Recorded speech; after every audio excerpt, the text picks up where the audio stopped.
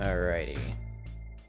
Gamers, it's time, once again, to continue my epic struggle to figure out why the reflection probes aren't reflecting.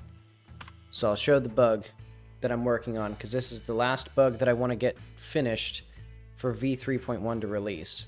It is now officially blocking the release. So if we no clip right here, and let's get this little microphone out of the way. Okay, so you can see here, this is now the only place where this bug is manifesting, because I sort of like minimized it, but that's not really good enough for me. I want to eliminate the bug and discover where it is and understand it. But basically, if I go up all the way, so if we do chunk debug, this will list in the right the active chunks and the loaded chunks. So when cave 137 is unloaded, so I believe this isn't quite enough. So for some reason, if there's any chunks that are still loaded and we come back down, the game will still work just fine when I get back to like here. So if I un-no-clip, it is now, there's still the smooth border there. Now it's gone because I'm not in the area anymore. But if I go up again, and all the chunks are unloaded,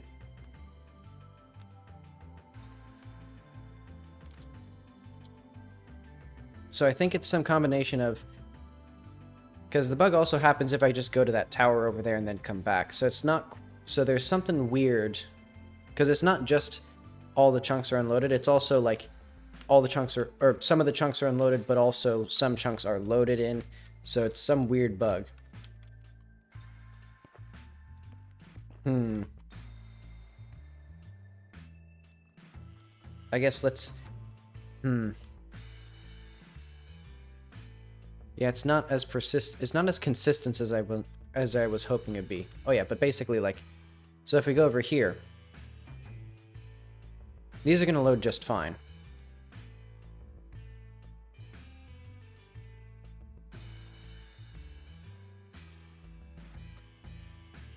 Because basically... Oh, wait. I have to be on the other side to actually see them. Yeah, those like 24 spheres represent 24 reflection probes. And just as sort of like an engine limitation, only 16 of them can affect one mesh at a time. That's why this giant rectangle only has 16 black rectangles for the reflection probes. But anyway. If I go far enough to unload the cave again, so we'll wait for it to be removed from the loaded chunks. It takes a long time for it to unload this way. I think it's actually further... Huh. Weird. Because it would make sense with that big box that it'd be bigger like on that side, but not on this side. That's... I don't know. Whatever. If we go back in, it's active now. A bunch of stuff is visible.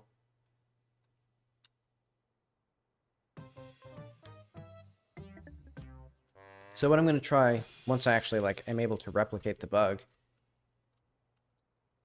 is I will try just duplicating this entire scene. Okay, there we go.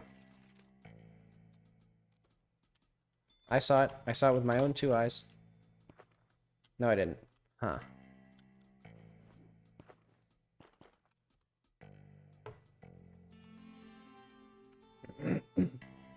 Well, this is confusing.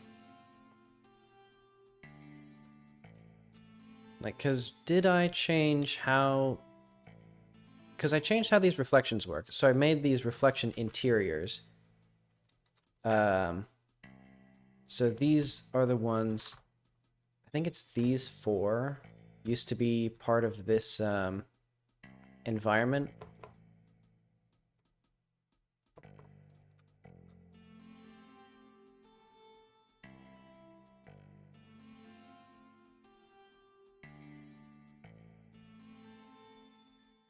So I'm going to put all these up here.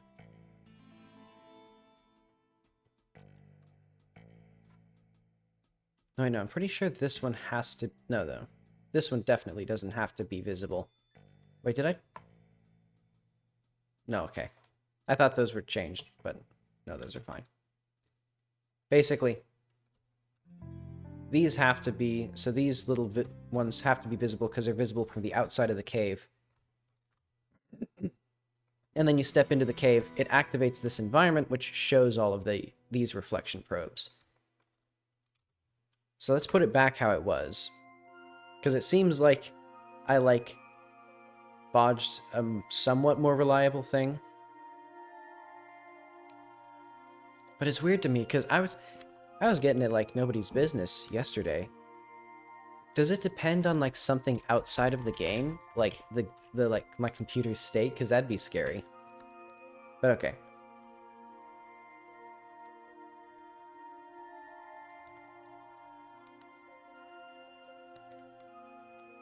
I hope... Well, I guess I've already clearly found that this is not a consistent bug. Because, I unload this chunk, usually, when I come back down, and then try to, see stuff. Like, if I un-no-clip here... Dang it. I need that back.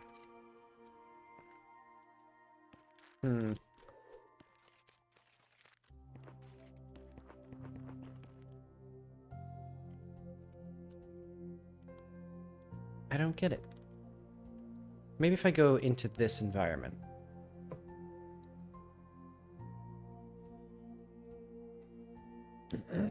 So I'm going to activate 113. Because now that has reflection probes, even though they're not visible. And then we're going to go back to 137, which is still loaded.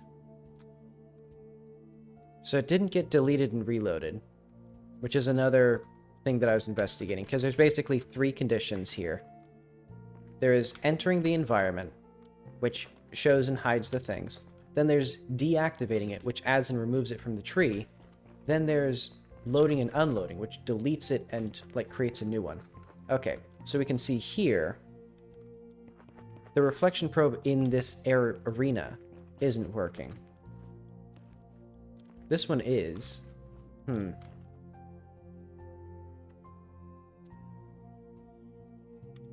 So this one is working, I think.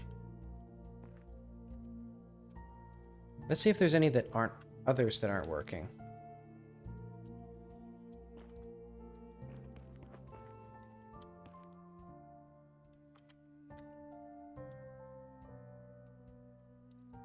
Because I think the rest of them are working just fine. Nope. Okay, so we can see that there's the clear seam.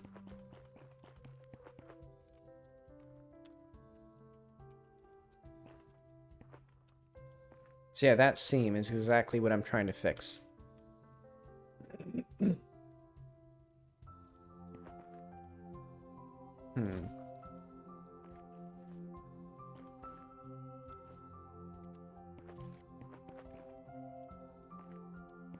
Let's see which ones are not working. So this one isn't working. So it's the top one. And then this one...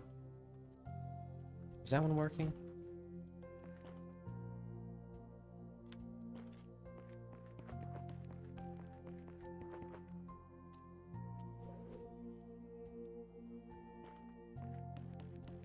I think it is. Wait.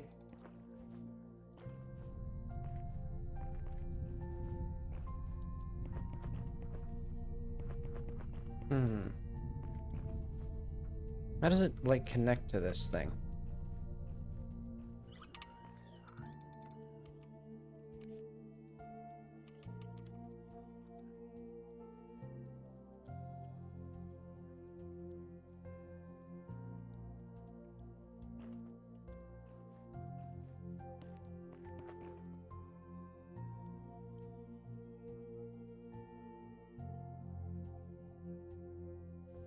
Sorry, I had to cough. Okay. Yeah, so I don't get it. Because it seems to me that if I put these two back into the... if I put all these reflection probes back in this set, and then just deal with that. That fixes the issue. Or at least I wasn't able to reproduce it now, but I was able to reproduce it yesterday, I think. Unless I was delusional.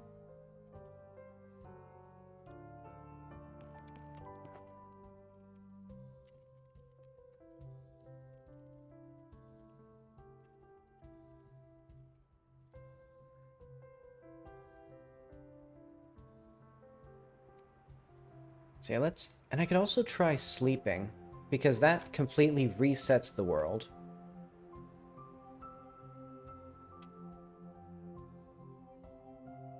Because it, like, deactivates all of the chunks and then reloads the current scene. Okay. So now we're getting the bug.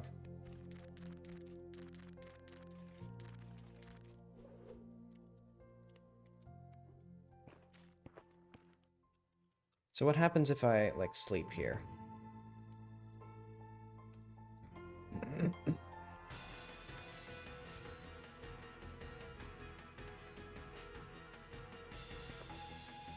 Okay, so now it works again.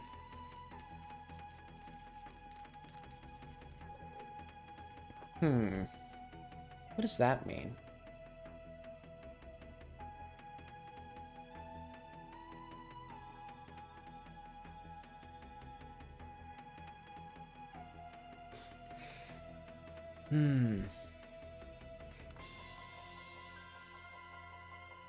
Okay.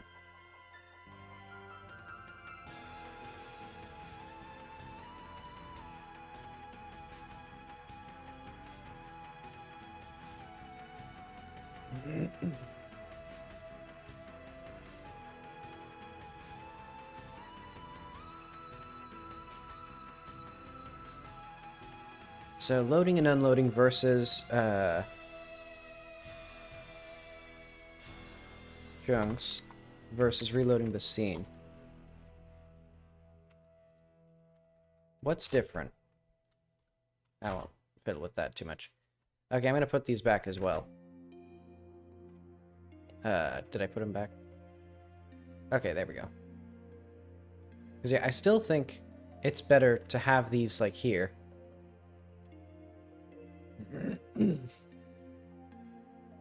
So I think it is...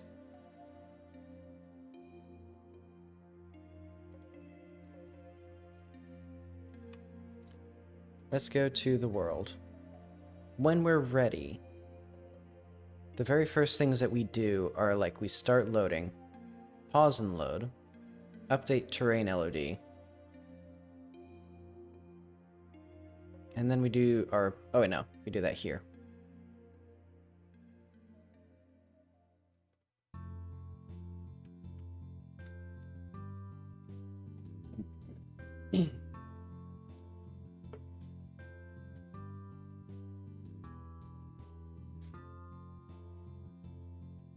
So the big thing we do is we load it synchronously. Could that be the source of the problems? The synchronous loading. So what I can do is I can set this to true by default.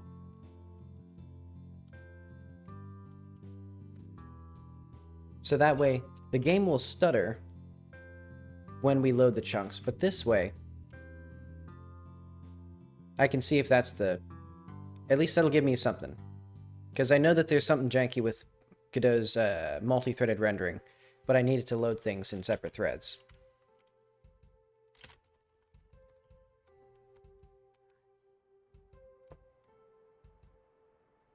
Let's also set time.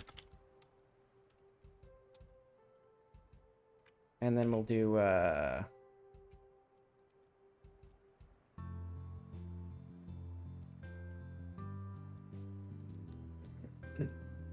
let's unload everything. Then let's see what it looks like to... Yeah. So we can see a bit of stuttering as it loaded in. It's not too bad because I only really did the asynchronous loading back when I had baked lighting. And that, you know, because that would, like, stutter for a long time.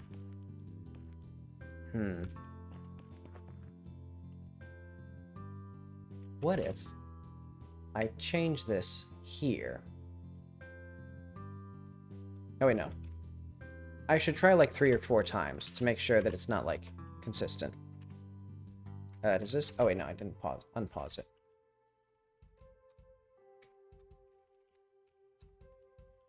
My history thing could be better. I have to mash up like 4 times.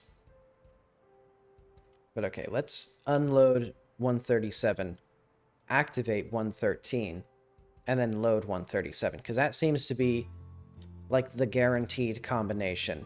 Everything else seems to be like kind of probabilistic, but I think it's like unloading it, loading something that has reflection probes.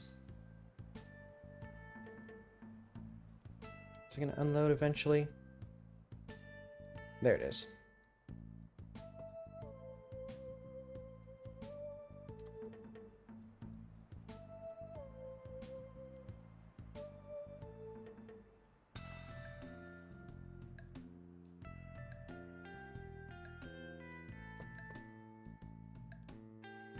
And let's see.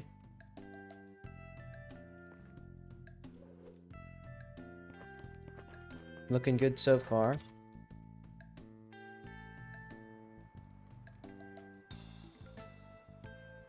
See, I'm not going to be excited to figure out how to handle these reflection probes, because it would be... Because if it's inconsistent, and it's specific to a scene, then that means that it's like a race condition between different types of objects, I'm thinking, as they load into the scene. Like, there's so many objects that it, like, misses its shot to render this frame or something.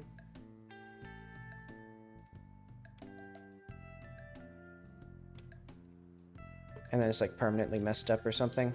Because that would also explain why, if we go to the errors, I was sometimes seeing, like, weird bugs with the, specifically related to reflection probes when it loaded in.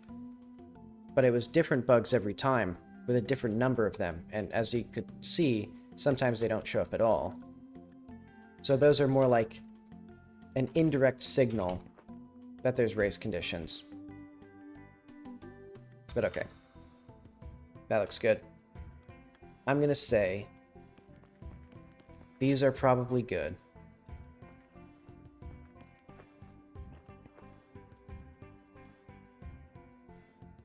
So let's try false now. Put that back as it was, so the world actually loads asynchronously.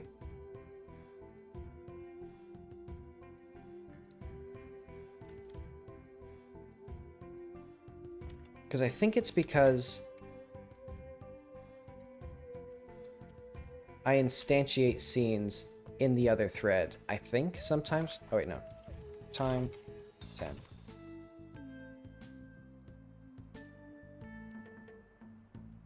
So maybe I can figure out... Let's double check that actually. Chunk loader.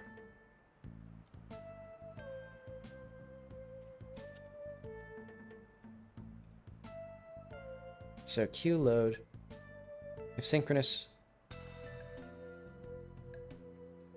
So we do that.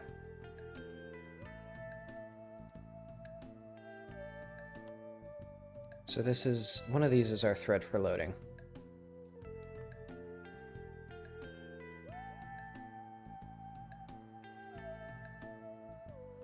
No, okay. It adds the content as a packed scene. But does a packed scene call the constructor on its child objects?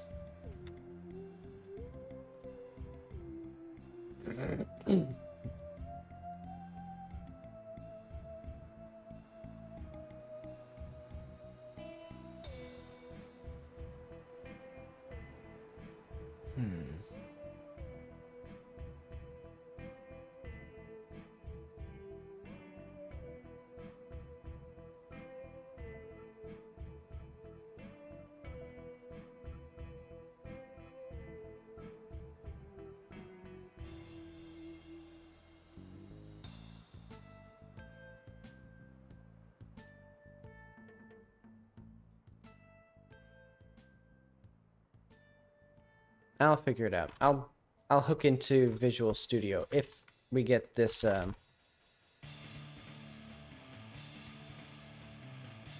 So if I can consistently reproduce this here with the synchronous loading, or with the multi-threaded loading, but not with the single-threaded loading. Yeah, that seems like a pretty reasonable confirmation of our issue.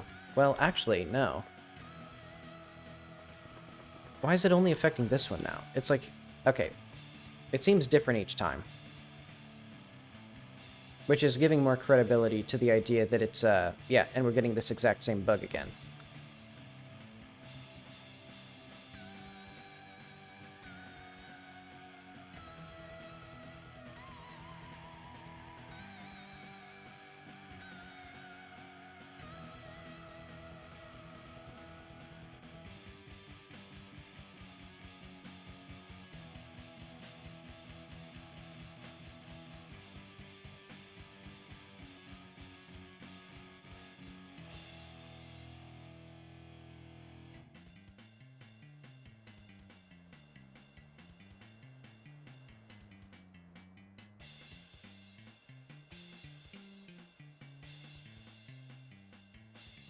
Constructors should not be allowed in for game objects, is what I'm seeing here.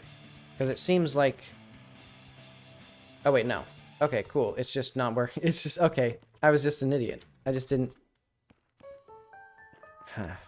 Okay. So, we have failed to find the actual problem, then.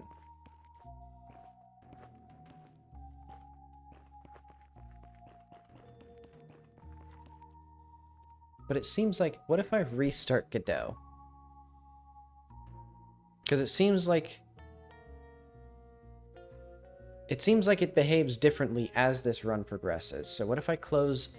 What if I close my external applications? What if we do some, like, real, like, superstitious stuff here? What if I see a black cat before I start?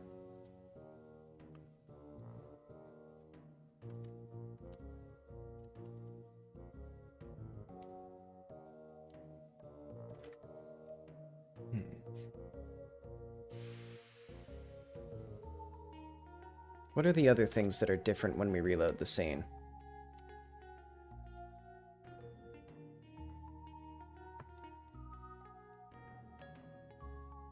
So we're going to keep that as synchronous for now.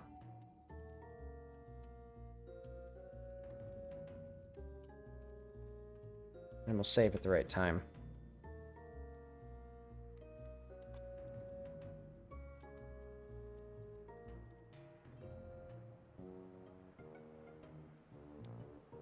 Unload everything.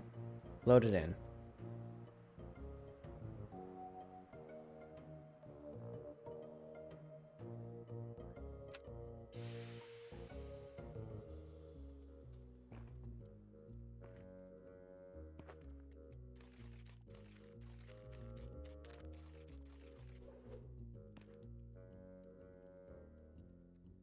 Wait, I'm thinking, what if it's because I was over there? So, like, because chunks are loading in a different order. So if I go down here, so this looks fine. But what if I go up here? Because chunks would load in a slightly different order because I'm, you know, in a slightly different position.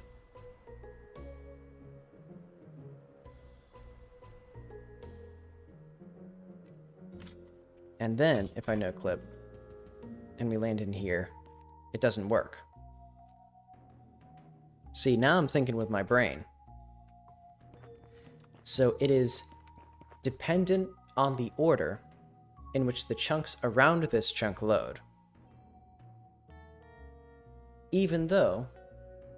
Well, I guess there are chunks. Chunk 124.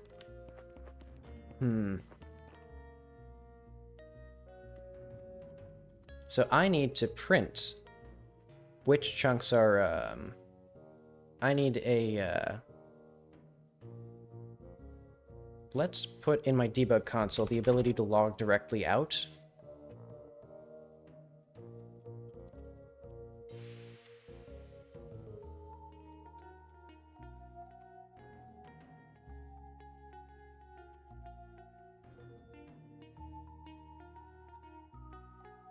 So I'm going to print, well, let's print,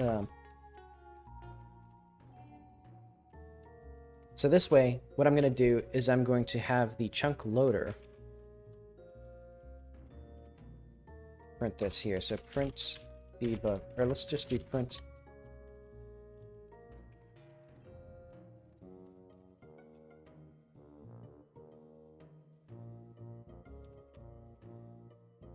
So this way I can see the order in which they're activated.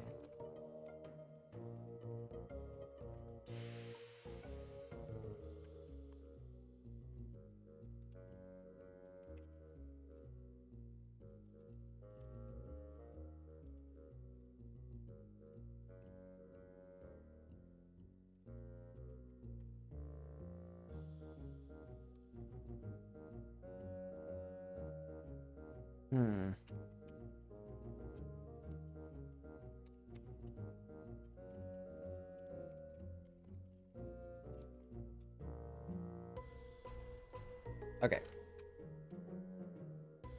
This is so dumb.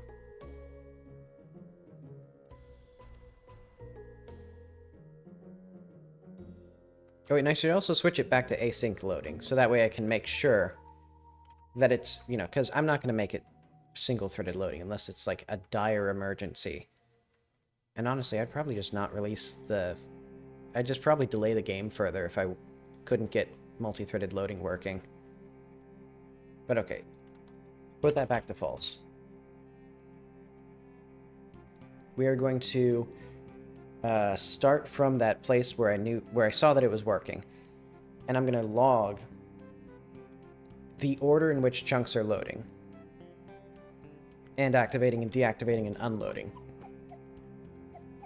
So we're going to do echo probably doesn't cause the bug.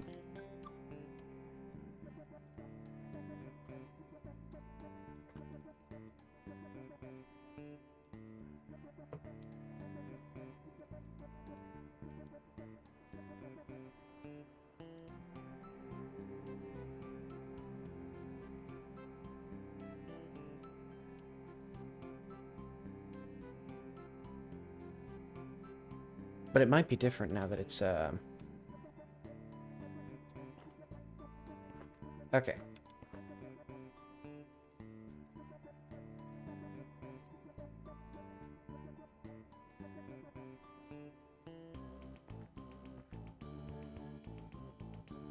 Okay, so let's echo it worked, or it's...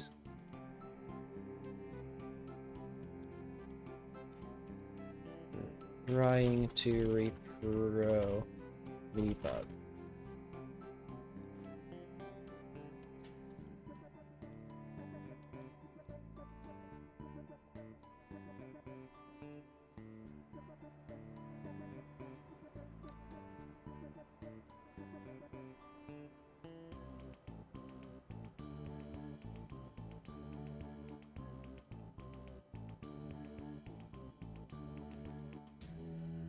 Failed.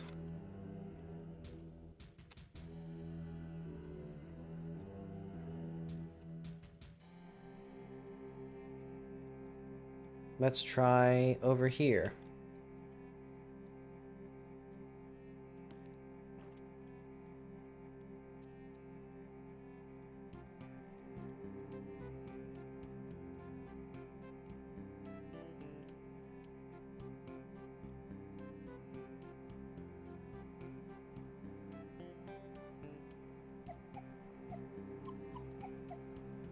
So this time I went all the way down that way. So I went a bit forward and up at the same time.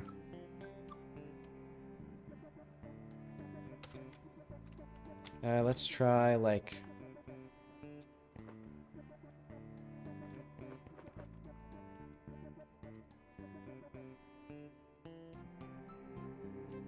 Okay. So now, we have a bunch of stuff that I can look through. Dang it, chunk. I wish it would not complain about overflowing and just let me get all this stuff. That's not what I want. Copy this.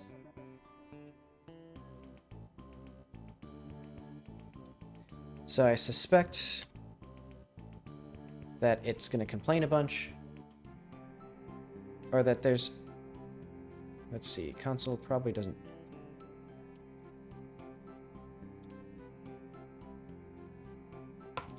I have an idea.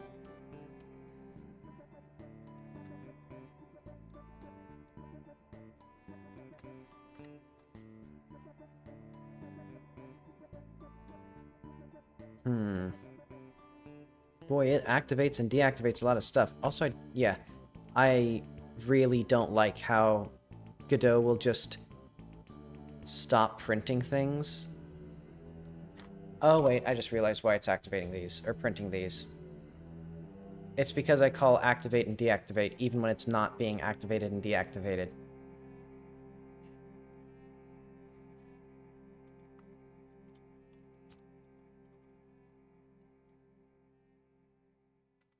I guess? Well... yeah, there's way too many.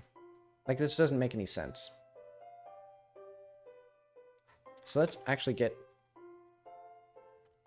Can I get, like, all of these and just, like...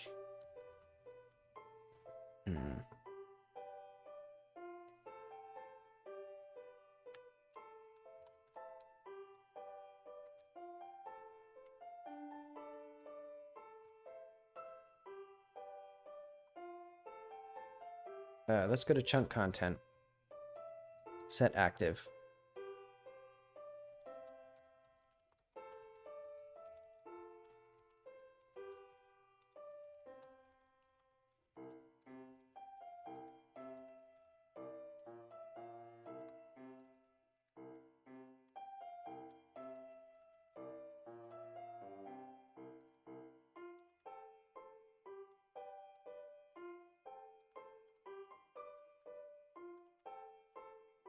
And let's just print this. Yeah, because I printed way too much stuff. And let's see if load and unload. Because it seems like... Well, no.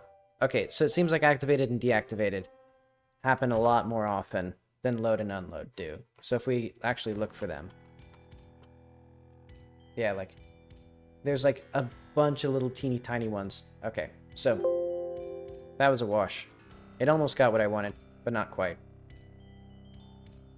We do see the scenario is still here, though.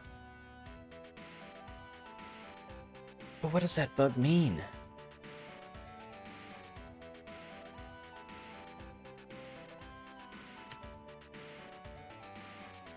Because clearly it means that something has gone awry, but I don't understand what has gone awry.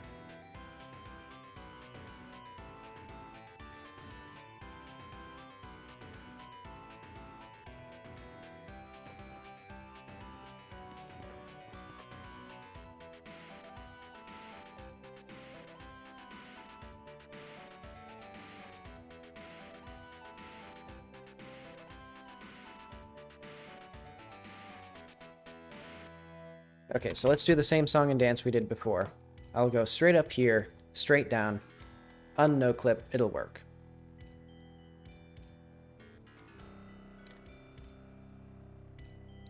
Then I'll do the same in a different position, and I think next time I'll try to do it straight up and straight down.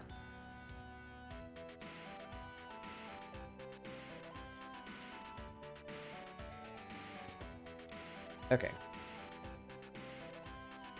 No bug.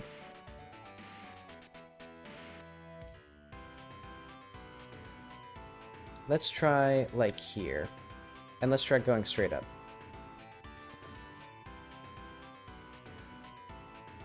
Reproducing.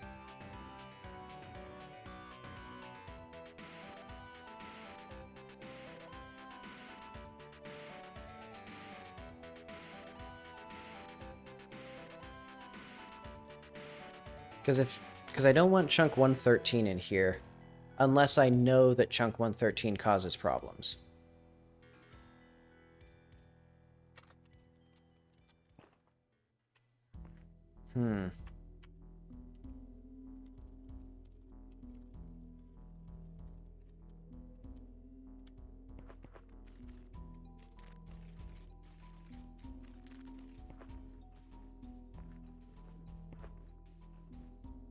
Let's try, like, up here, maybe?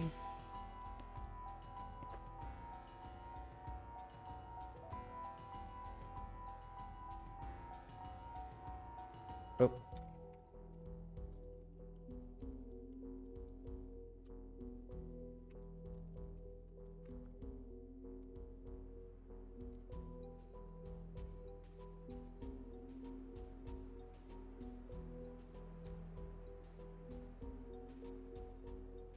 Why does it only happen sometimes when I go straight up and down?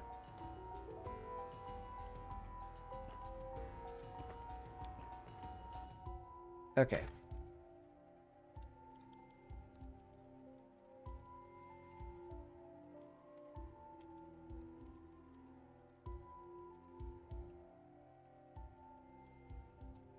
So yeah, I'm thinking it actually does depend on chunk 113 or maybe like 124.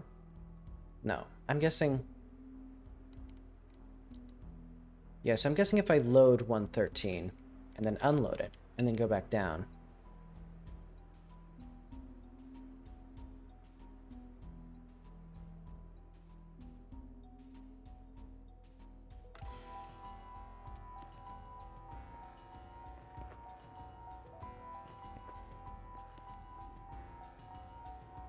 Is...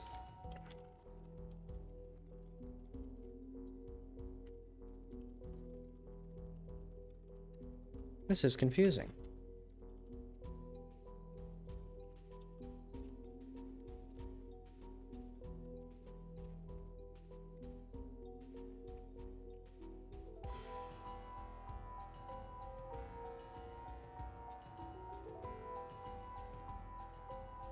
Okay, let's try this way.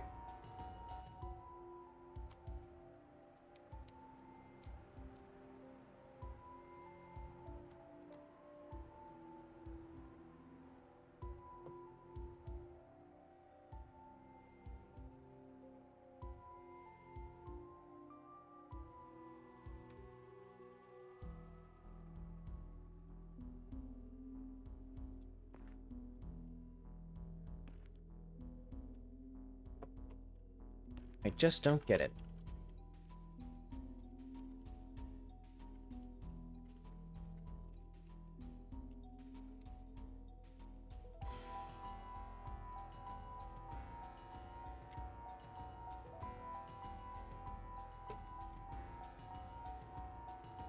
Okay, so let's do the thing that I'm pretty sure will work, which is go all the way to 113, have it activate, have the cave deactivate, but not necessarily unload, maybe.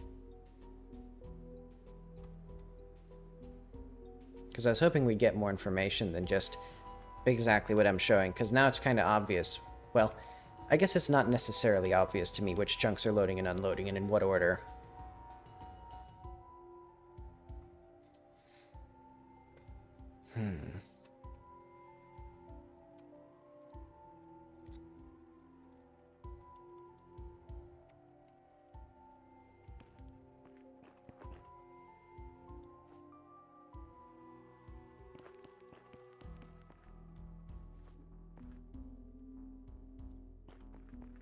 Is it like a race condition? I don't get it.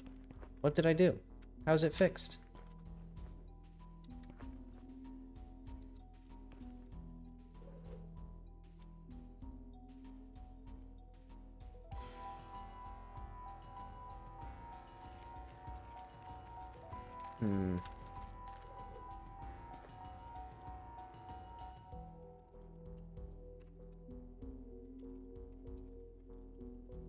Okay, attempt 6.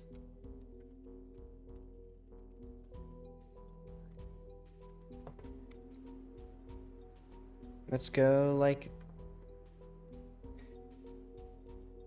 How is this bug? This bug gets harder to reproduce the more information I log, is what it feels like.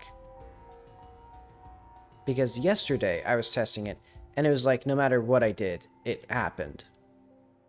Like it was trivial. Okay, so this time I did not unload the chunk. Even though I've seen it happen with unloading the chunk. We'll see if it works now.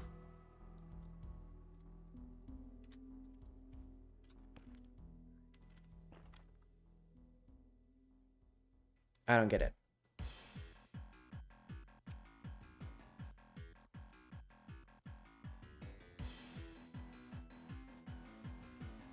I'm pretty sure then it must be dependent on,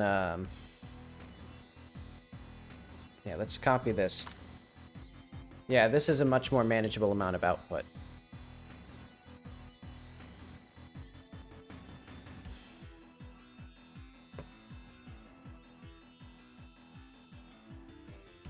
And I'll just remove all these console nulls.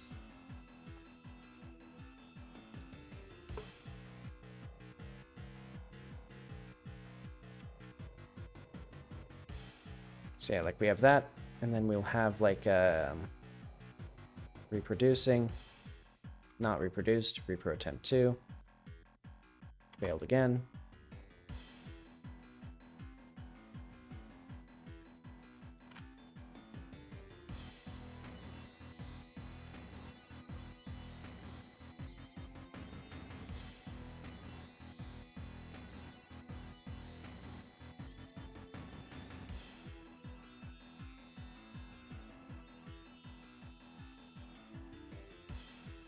Okay.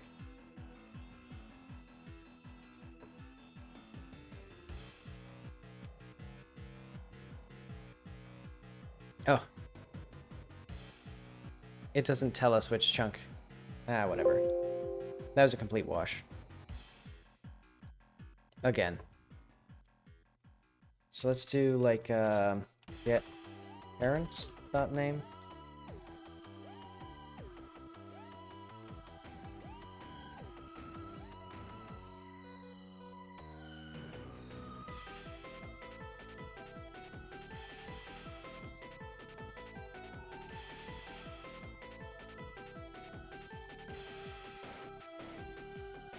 Because this one time we still see this bug being, we still see this error here.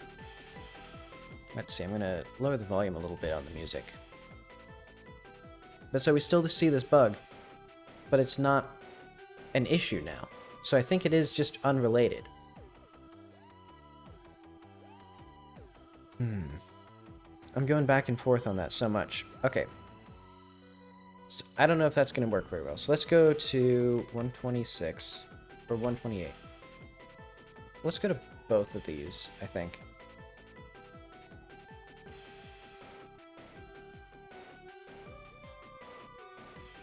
Actually, let's just wipe the changes to 126 and 128. I didn't wipe them. Oh, wait.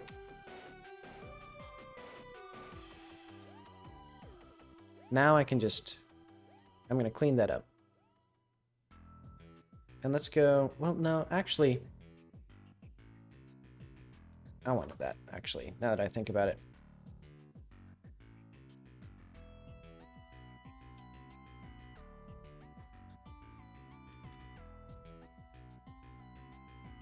Because what I'm going to do is I'm just going to get all of the entities from 137 Cave. And let's go to 128. And let's just copy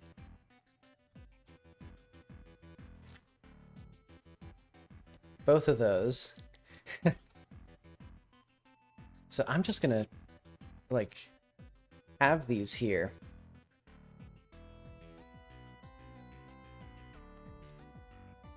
And I'm gonna see if these work. So, like, is it something else in this scene?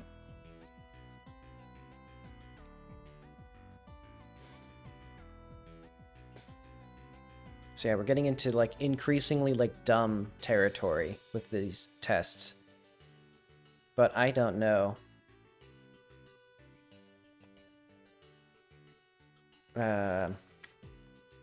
If is inside 3.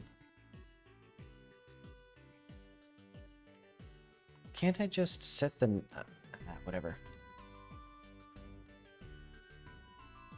I have a great idea.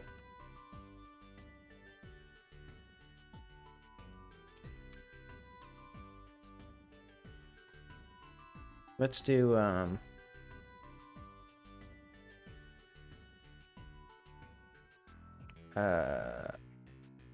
chunk loader. Chunk that has no dynamic content. And wait, let's do if not chunk dot get node dynamic content dot is active. This will actually be that. Print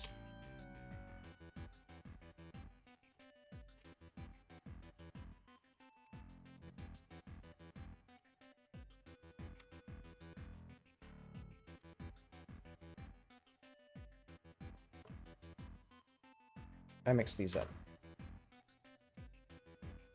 That was correct. Okay, but I'll be back in a minute because I'm gonna use the bathroom and think this over.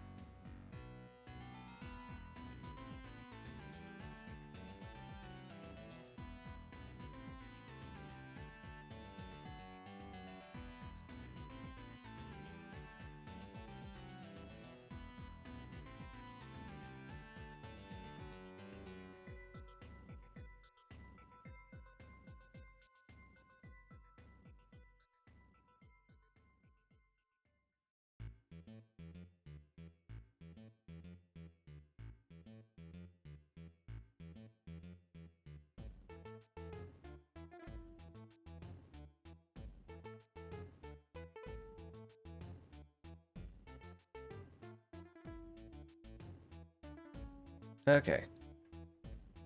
So let's get back into this. So what I need to do is now I'm going to go to chunk 128 and see if I can get the bug happening in this chunk. But I guess I should make sure that I can actually still reproduce the fucking thing, since it feels like this logging has made it not work.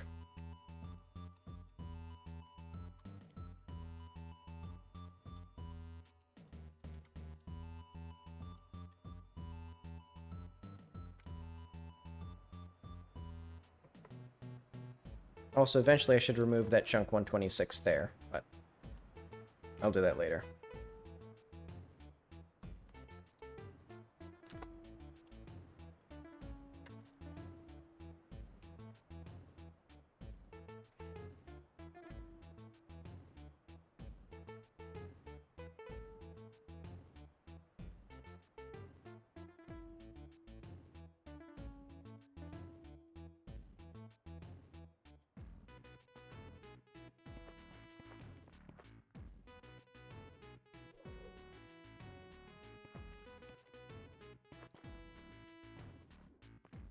Because, like, adding some logging to inexplicably make it work will not be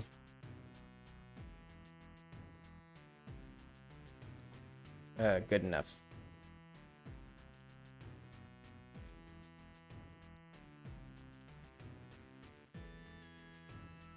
Because then it means that it'll probably fail on somebody else's computer, and then I'll have no recourse for actually, like, explaining it to them. Or I'll have no recourse for fixing it for them because it's not affecting me. So let's make sure that this works. Yep, they all look good.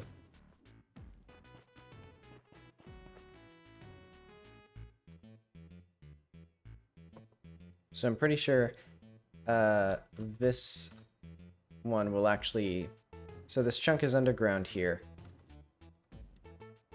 And I'm pretty sure it'll actually overlap with that level. I think, maybe. Well, chunk 128 is loaded. Wherever it is. There it is. Okay.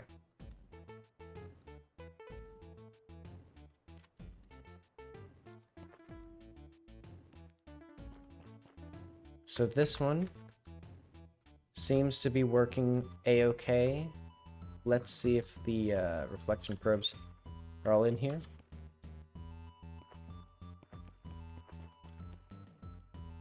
I can't quite tell. No, I think it worked. Yeah, I think it looks like it's working.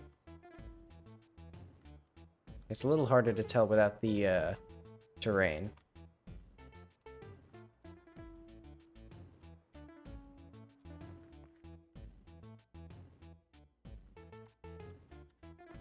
Yeah, we can see the lighting changing, though.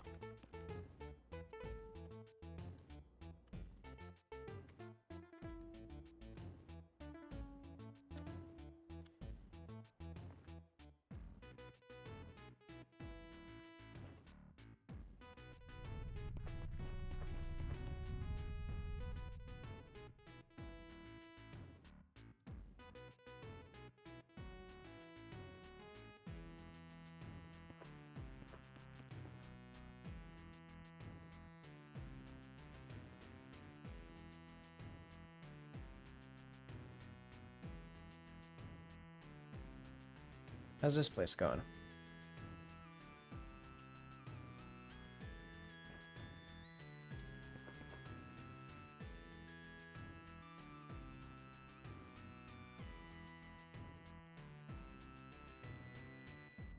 Looking good.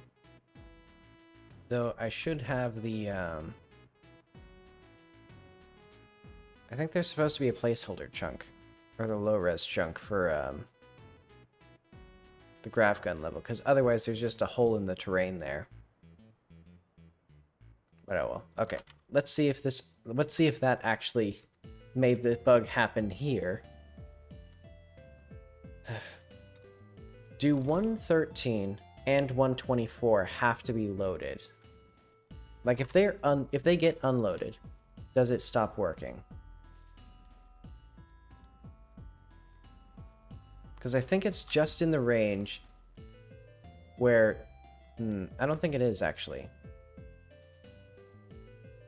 So if that's a requirement, I don't think that'll work. Okay, now it's reproduced. Now it's reproduced.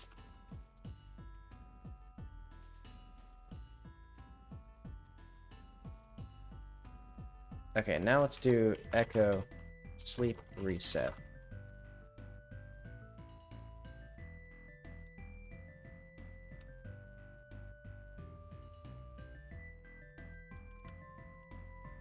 There we go. Now echo.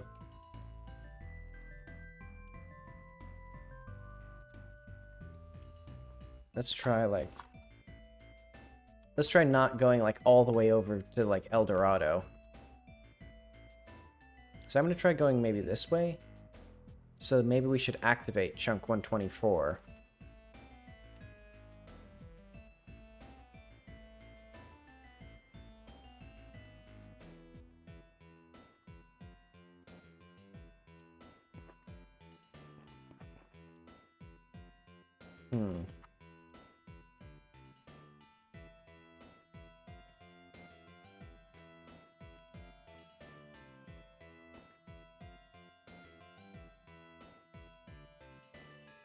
Okay, copy that. Does this actually... Okay, and this does seem to work. Because activated and deactivated actually say what they're supposed to do.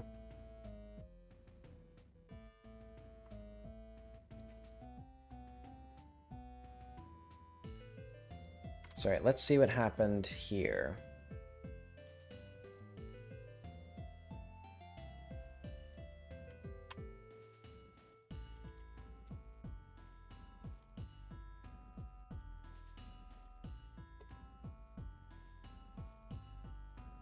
So attempt 2. We went, you know, quite a ways. Finally reproduced. Ugh.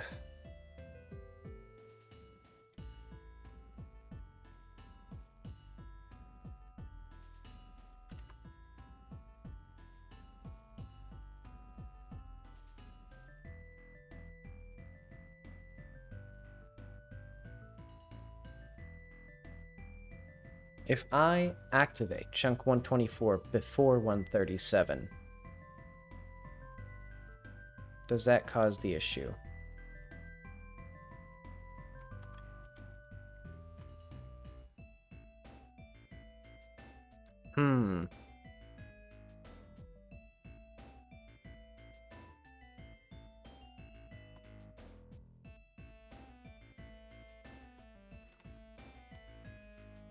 That's a distinct difference in that this one... No, it's not. 124 is clearly activated after in both cases.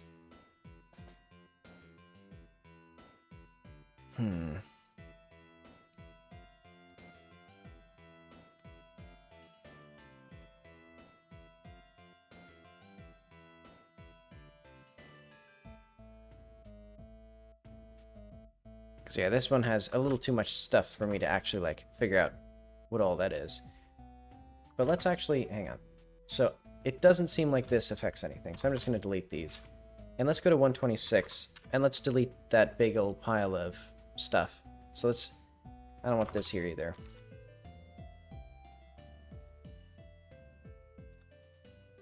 Because I'll forget to remove that when we're actually, like, releasing the game, otherwise...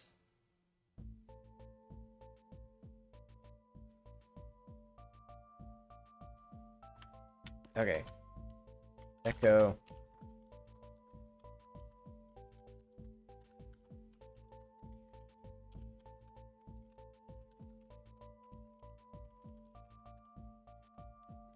But I will try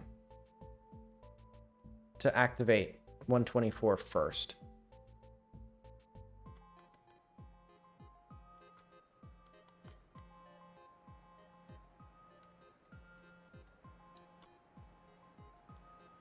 They feel like they're in kind of like random orders. Like, I guess I don't really know the bounding boxes for these. But you would think. Like, why is 137 loaded? Like, why is the cave loaded before the chunk that's directly below me?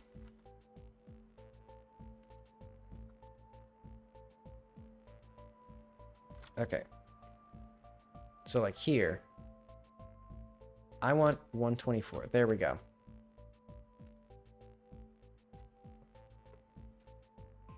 Also, most of the stuttering is actually not the loading of the chunk, it's the putting it into the scene tree, which I still need to figure out a better way of doing. Because I can split the chunks, or I can split the tree into smaller trees when I activate the node, but I'll have to make sure that they're, like, not dependent on each other in ways that I haven't anticipated. But okay. Not reproduced.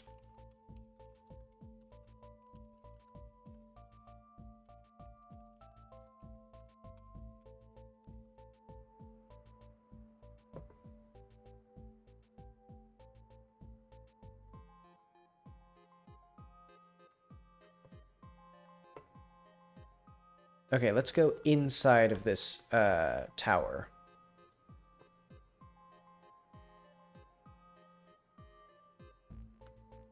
Yeah, it seems to be some sort of nasty mixture of the meshes that are being loaded and all of the chunks around the chunk in question.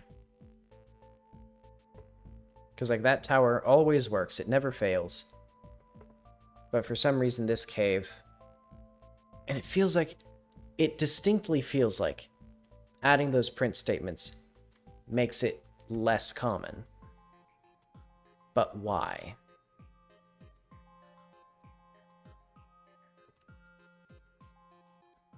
Because I don't feel like... It doesn't make sense for it to... None of this makes any sense.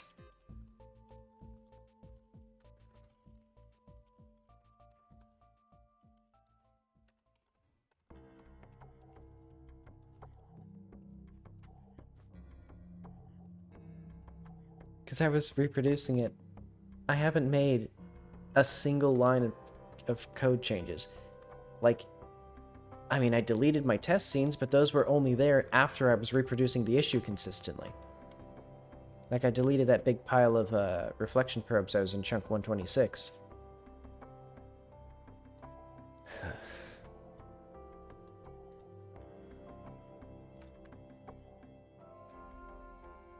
Okay.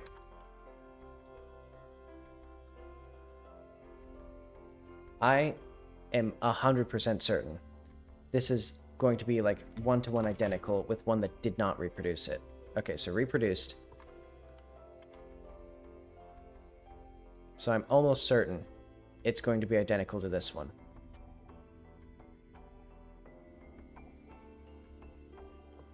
Okay, so let's see. So this is attempt 1. This is attempt 3.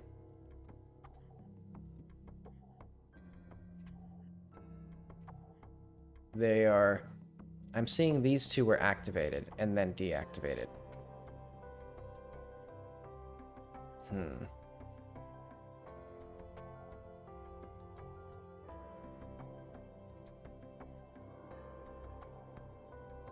Okay, so it's not 100% identical.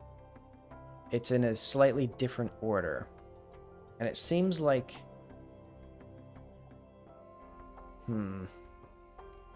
So it seems like I didn't load by rows, but that doesn't... Okay, let's just see the activations. 126, 137, 125, 138, cave 137, 124. The only difference I'm seeing... So these two are the same. These two are flipped. These two are the same. So this is our failed...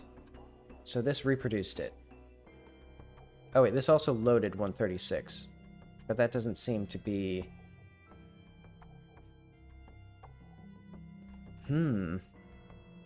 Wait, hang on.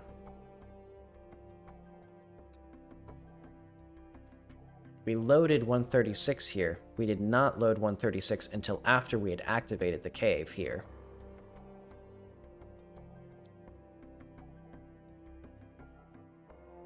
Is that the key? What even is 136? Does 136 even have reflection probes? Does it have anything that could potentially affect us? Because I think I'm, like, fighting ghosts here. Yeah, because I don't know how this scene would be the make or break. Excuse me. But I will try. I will throw the sticks again and burn the incense and try to divine meaning from this again. Okay, because we did have these two activate. But I guess they were already... Yeah, they were already activated on our end here, I think. Yeah.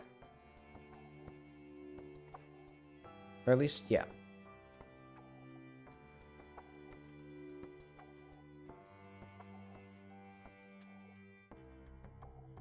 Because, yeah, like, these are one-to-one identical.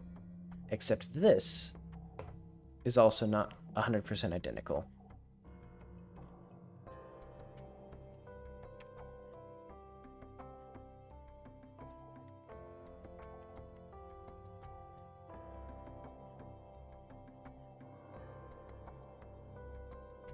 And then also I'll take note of the flipped order for these two.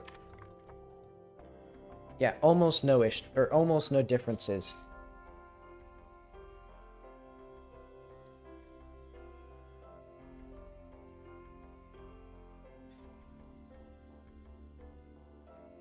Oh wait, hang on. Wait, why would this be though?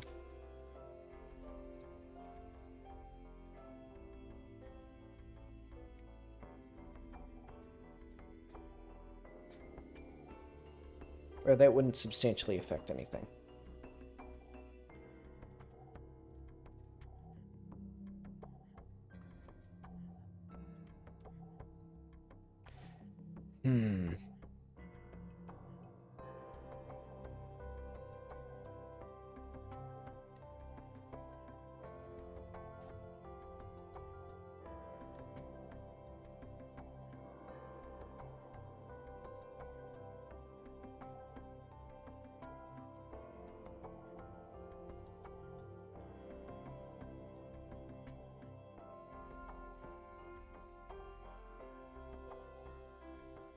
I wonder if I can...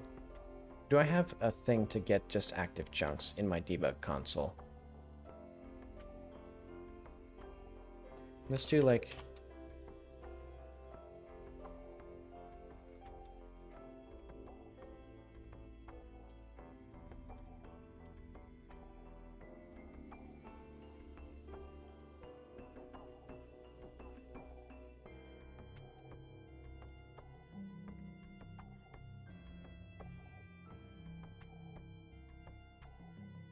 chunk loader dot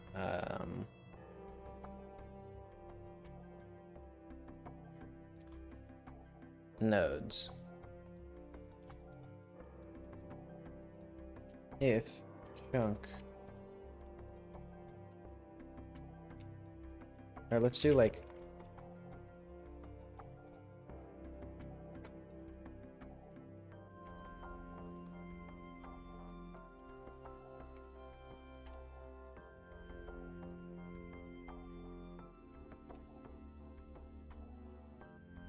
Does isActive do what I think it does? It does. Okay, so if it is active, let's do like var results equals this.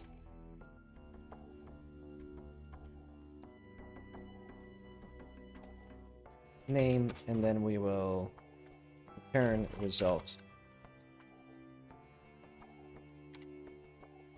I'll just have that there.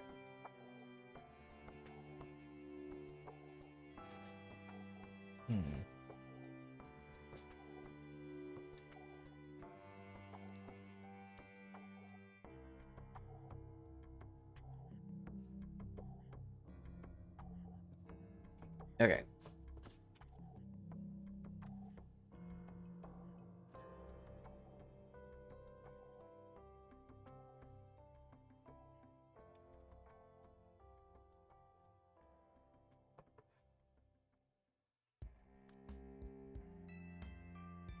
See, I think for each of my attempts, I should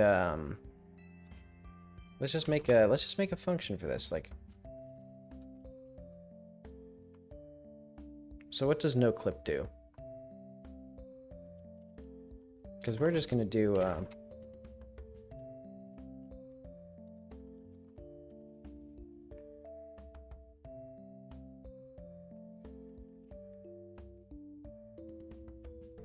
let's do...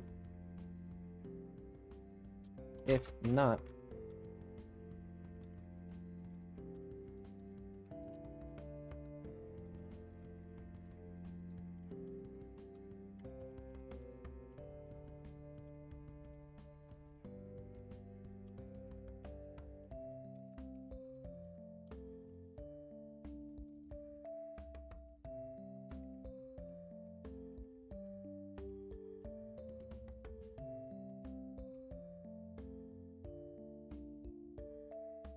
oh wait, let's make sure that, yeah.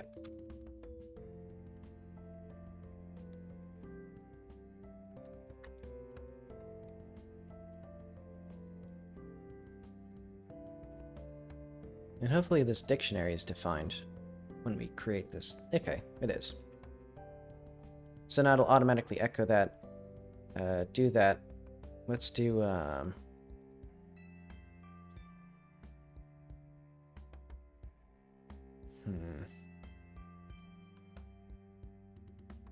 active chunks. No, wait, no, let's not do that.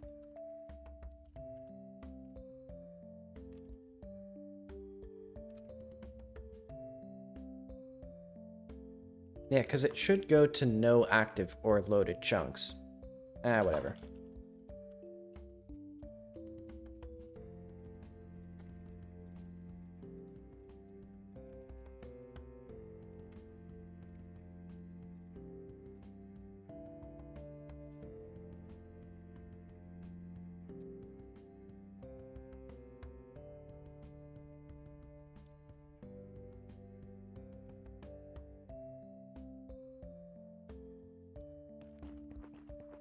Okay.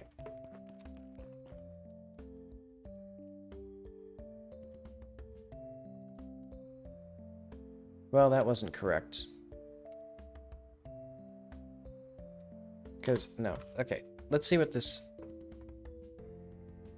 Sorry for attempt 1. Active chunks, blah. Okay, that is not correct. Loader equals chunk loaded, okay.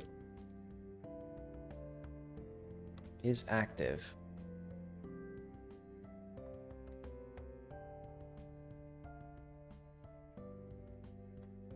So what the hell is this then? Node c.name equals c. Oh, it's because it's... okay. It's because this should be values.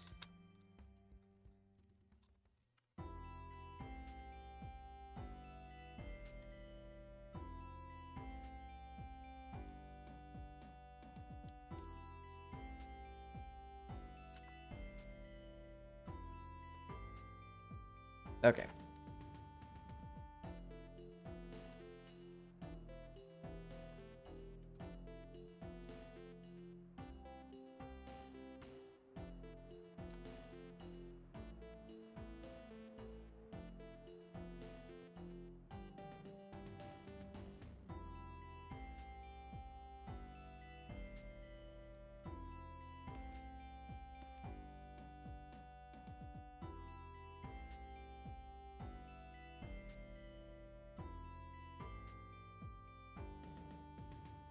Okay, so that succeeded.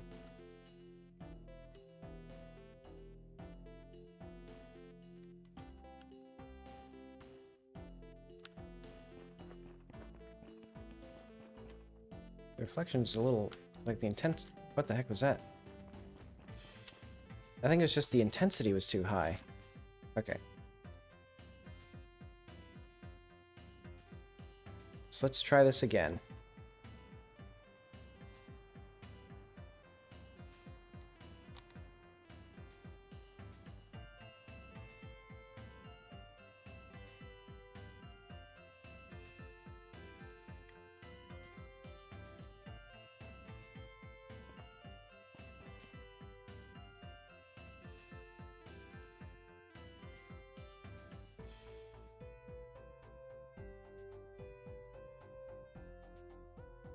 Okay, let's try to make this not succeed, then.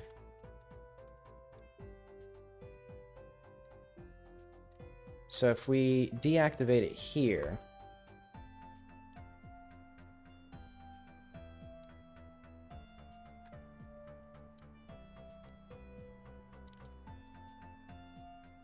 I mean, I have no earthly idea. Maybe it's just like a specific position is like causing a very specific order. Okay.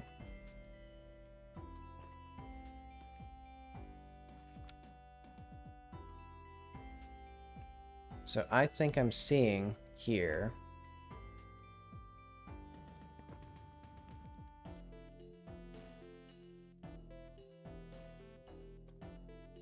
Okay. So we have now a few of these. So I'm going to go this way now.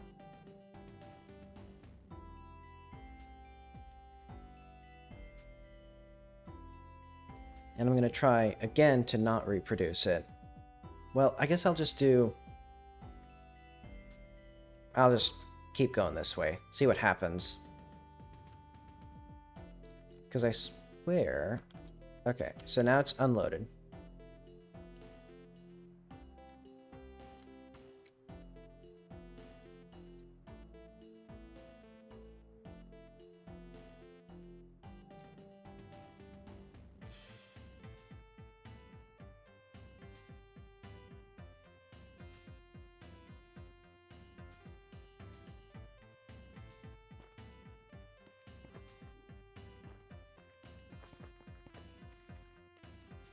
And we are distinctly seeing not reproduced.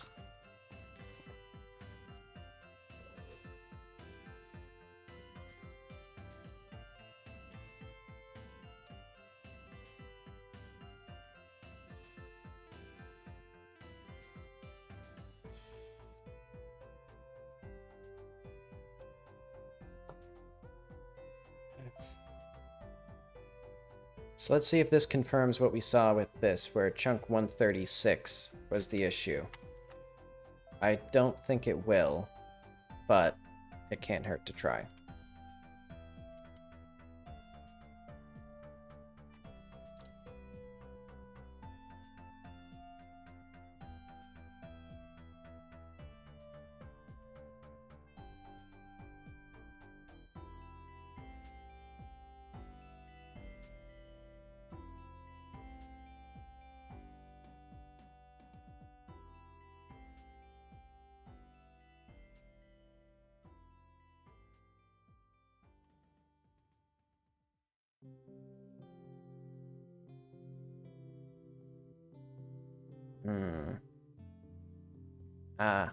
Wait, no.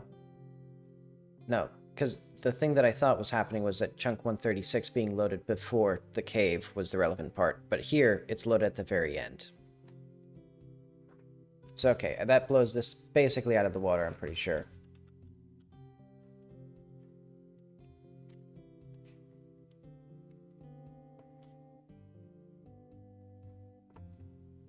Is there anything weird with these? 124, 25, 26, 37, 38. Cave.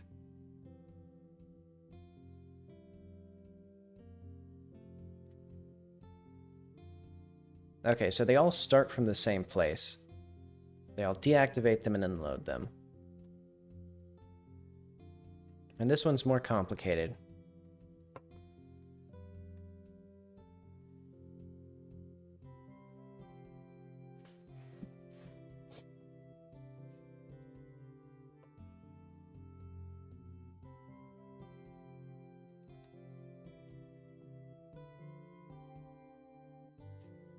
But, like, let's see again if I can see any difference at all in, like, this one.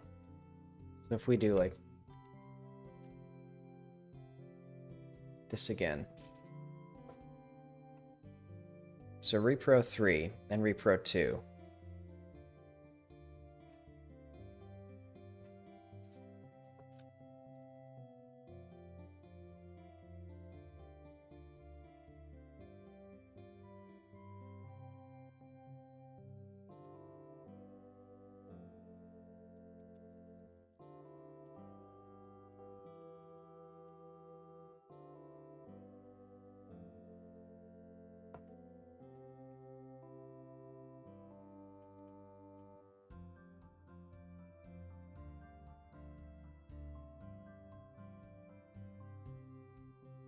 So yeah, still slightly different ordering.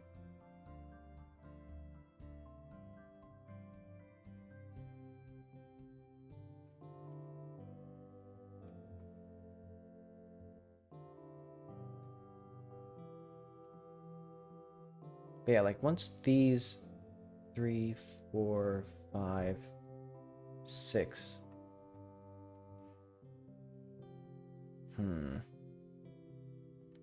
But this one does have more activated. So it has 126, 125.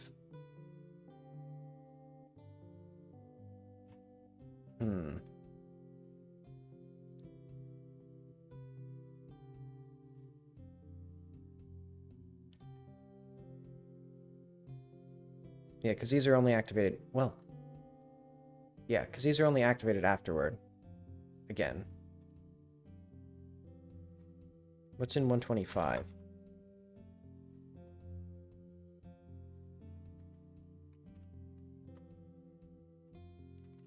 Again, like, nothing that seems like it would be relevant. Like, there's some meshes. Is it, like... Maybe it's this system? Multi-mesh system? Because I don't really do anything with this anymore, so I could change these all to spatial.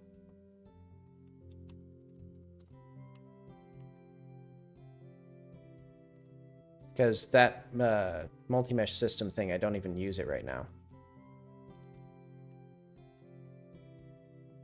Then if we go to here, does this use the system? It does, actually.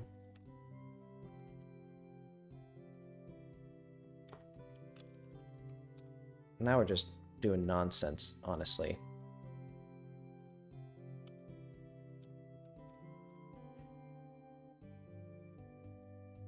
Like, this is literally like, you know, me shaking sticks at the sky. But, because there's no, it wouldn't do anything.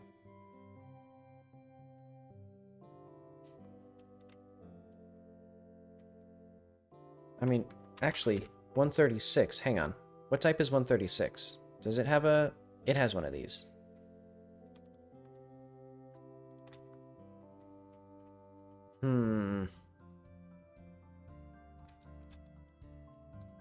I mean...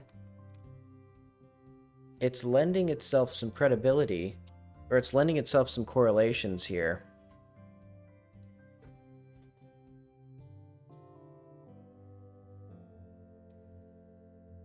You know, maybe there's something wrong with how I set up my multi-mesh system thing. Oh, wait, no. A. Okay, so let's have... We need to have, right here, basically. Because we need 136, 124, 125, I guess. And 126, maybe?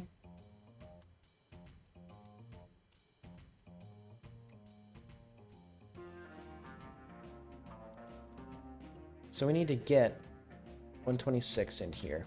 Then we need to get, like, 136 in here. Yeah. So now we have the chunks that I want in here. Do we have them active, though?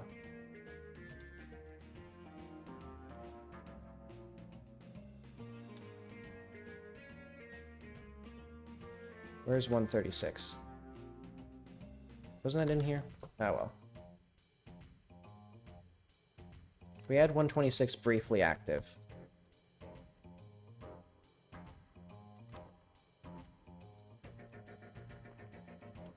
Okay, so now echo bugged.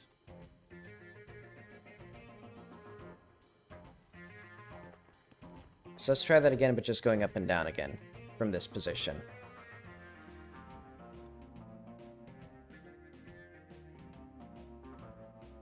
Wait, there's like a complete mismatch between those frames there. Hang on. The sleeping animation and the sitting animation are mismatched. So I'm gonna go back to where's my to-do list?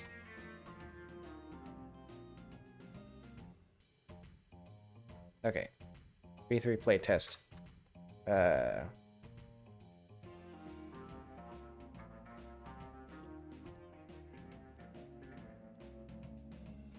I just noticed that with her hips. Okay.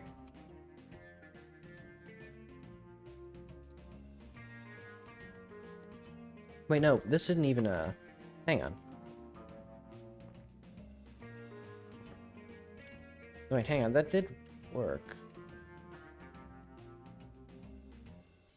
Oh, wait, no, it's because I was no-clipping. Okay.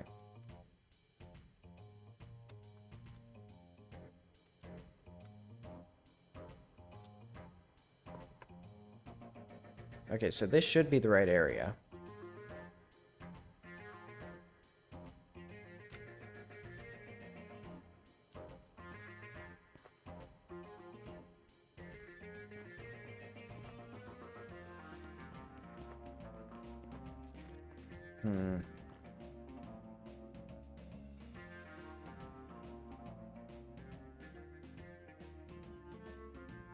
I can't reproduce this consistently to save my life. This is driving me crazy. Okay, now it seems like it should activate 126 before that. Yeah, so now it's loaded 126 and 136 before 137. It didn't activate it, though.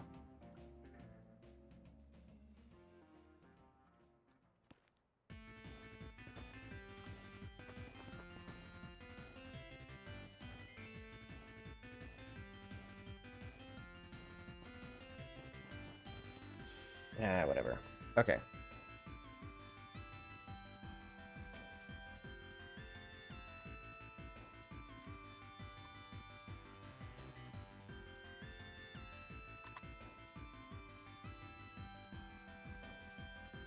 So this one was wild and wacky, because I did it a bunch of times. Well, it's not that confusing, actually.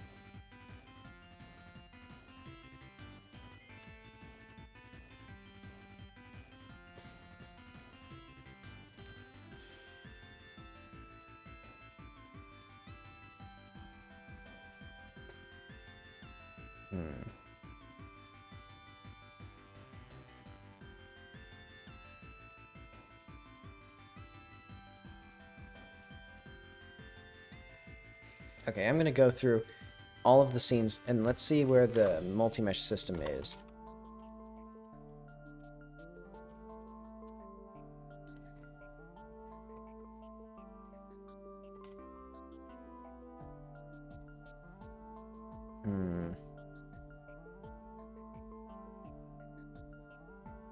Okay, all of these are for the other thing.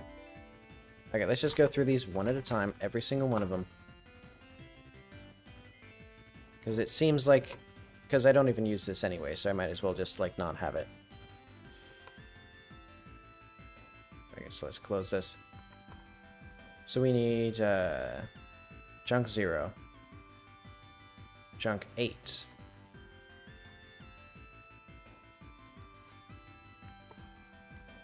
$11. 12. 34. 49.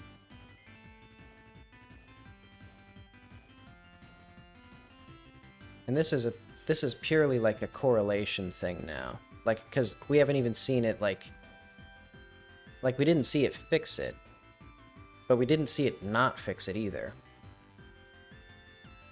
Well, no, I guess we did kind of see it not fix it, but maybe we just didn't fix it enough. Okay, 63, 67. 74, 76. And someday I'd like to make this multi-mesh system work again. 76 low res.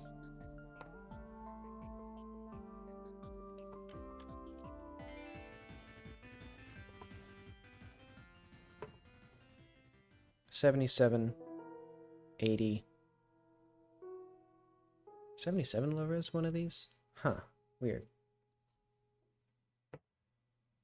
84, 85.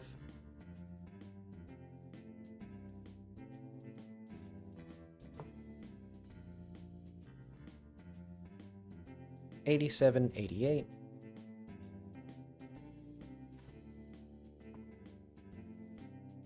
$97 and 100.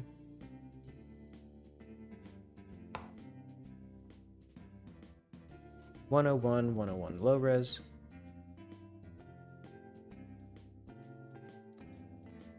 $109. $112. $113.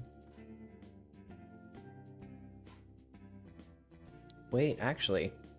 Okay, so if this is causing the issue, 124, 137. I think it might have been, yeah, I think this probably was not the issue. But we don't know if it's not the issue yet. Cave 85. Grav gun. Terrain biro.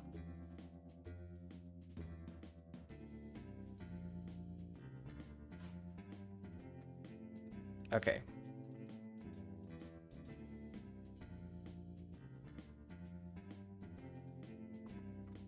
So all of these are going back to spatial.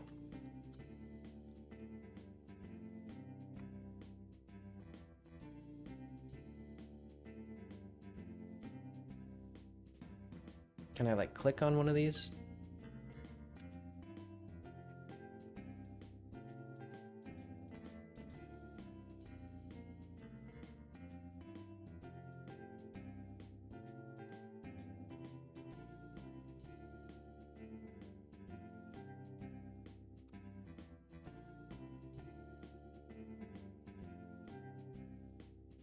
So these are all multi-mesh systems, I think. Yeah.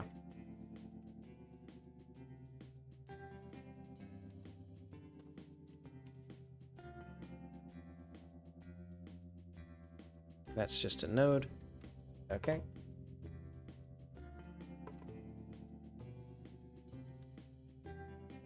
Is this the only one?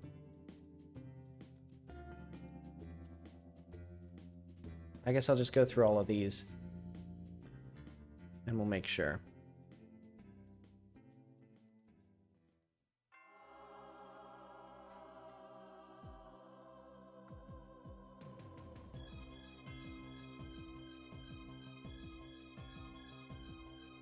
Because yeah, this multi-mesh system was something that I wanted to make for performance, where basically it was a much more efficient way of, or an easier way of laying out the multi-meshes, where I could just lay out each instance as a node, and then it would automatically generate them. But it didn't work with adding and removing things from the tree. So eventually I just had to cut it for demo V1. You know, and someday I'll bring it back, but if there's a chance that it'll fix this issue, I'll just remove them completely. Because right now, it just does the fallback where it replaces the multi-mesh components, as they're called, with the multi-mesh, or just mesh instances, like just normal meshes. So this will change basically nothing in the game.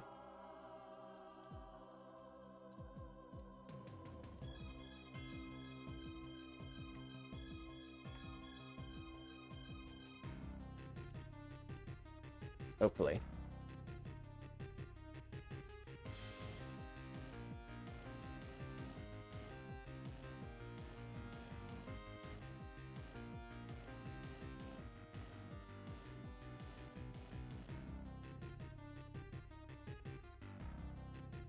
What are these? Oh, those are multi-mesh components. Okay.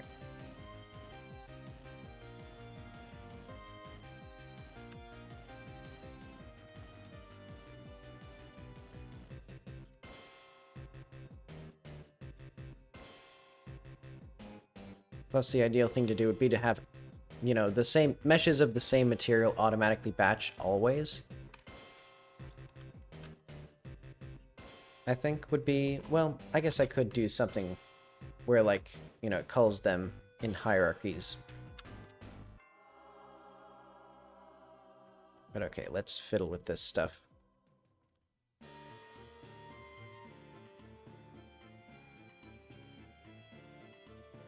Wait, no, that's not there. Alright, so this is just these three.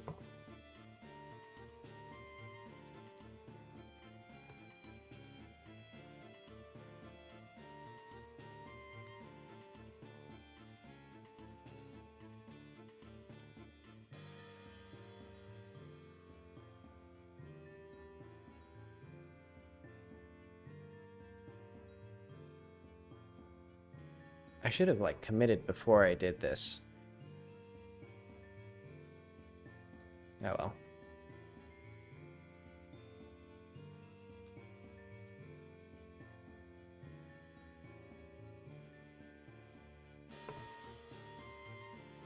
And I guess what I could have done even more is automatically edited them through the script, but I don't know if I wanted to...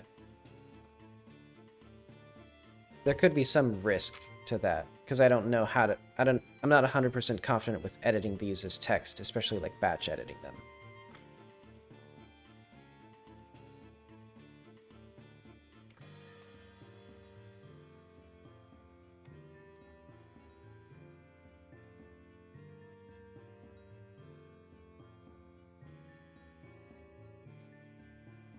I wonder if it's going to eventually, like, expand back out. Maybe if I do this.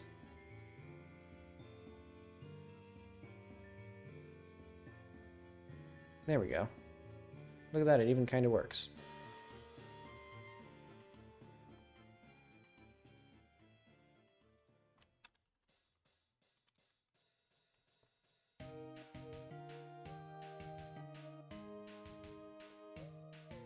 Okay, I'm bored. Let's fix it in here. So let's do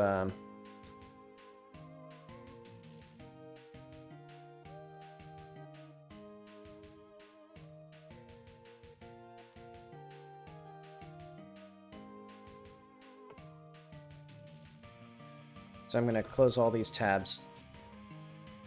Actually, I guess first what I should do. Let's do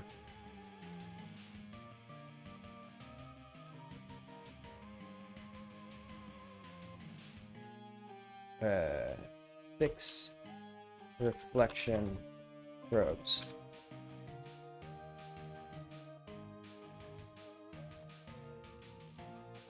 Because none of these changes are... Like, all of these changes were for testing. Okay, so now let's just let it rip.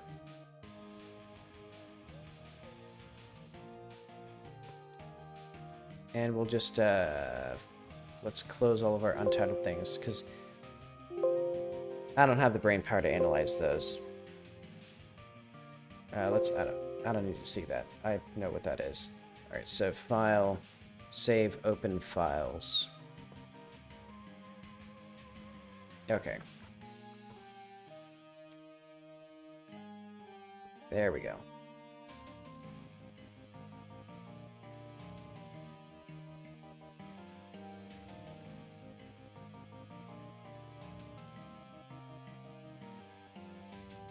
Oh wait, I should have done git diff.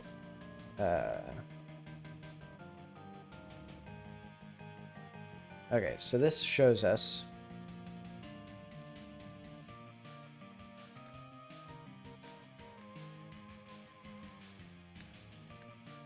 oh, I moved the reflection probes around. Okay, that makes sense. Okay, and then we changed a bunch of stuff. Alright, let's see if the game crashes. First off.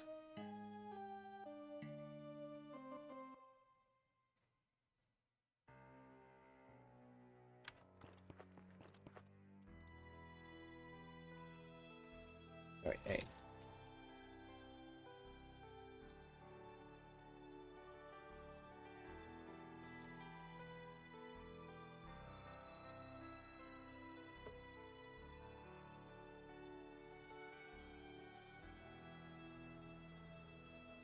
Okay, so where was I supposed to come in at?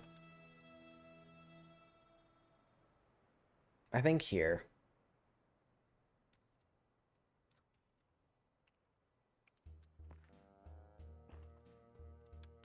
Because the problem is with these sorts of bugs, I'm never confident that I've actually fixed it, so I just keep testing. So I just have to keep failing to reproduce it, and then that's just not going to be good enough. Because I still get, like, even, like, very sporadic crashes as well, just, like, playing the game. Even though I tried extensively over and over and over again to reproduce the bugs that I thought were causing it. Okay, it has been reproduced.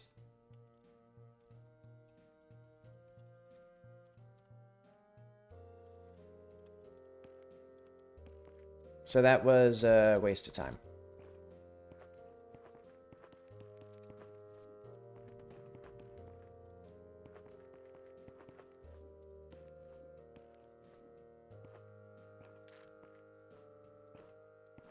I mean, I guess there are worse things I've done, but oh well.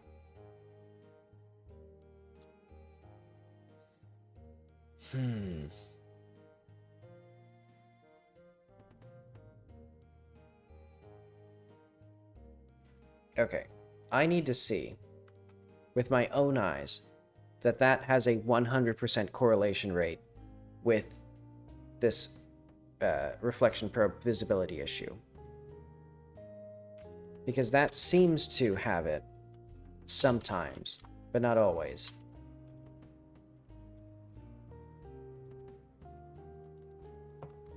But I feel like I'm going around in circles, but like...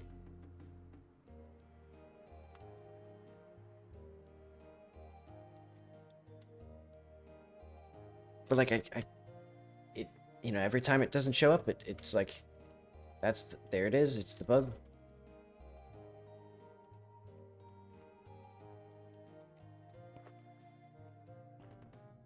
Okay,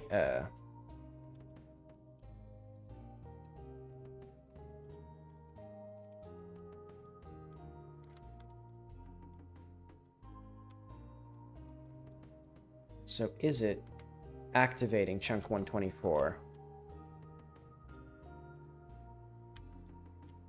before... No, okay. But chunk 124 was loaded before then. I feel like 124 is related to this. No, it's not. It doesn't... It's...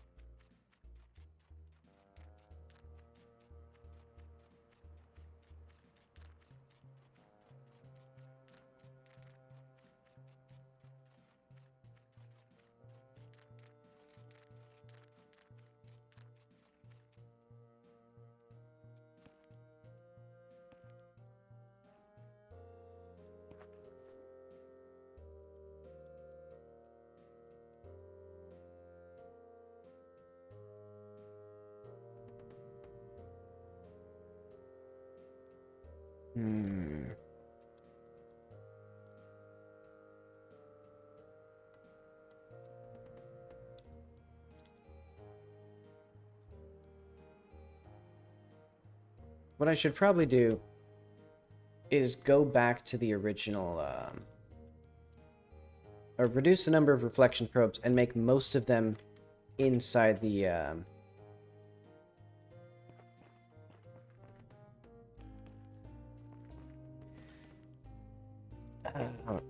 I'm sick of this. Okay, let's go to 137, or cave 137.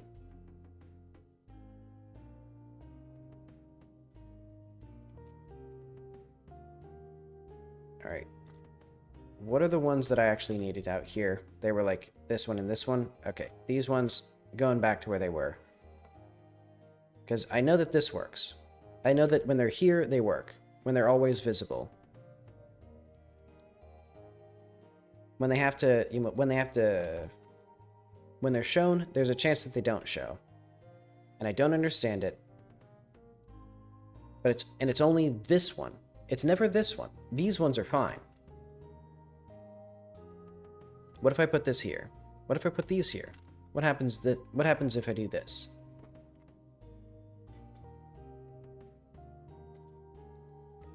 Like, does this do anything?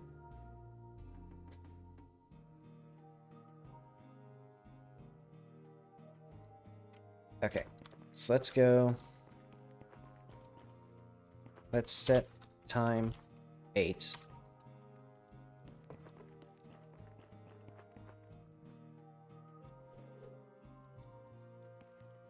Okay, so I have to be careful about where I'm positioned, because otherwise I won't reproduce it.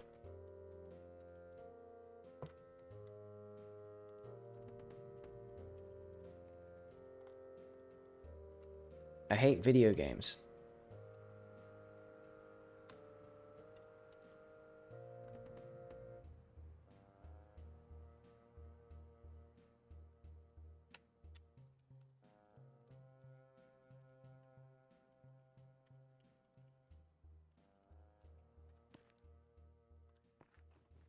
Okay, I'm pretty sure the bug was reproduced. Yes, it was.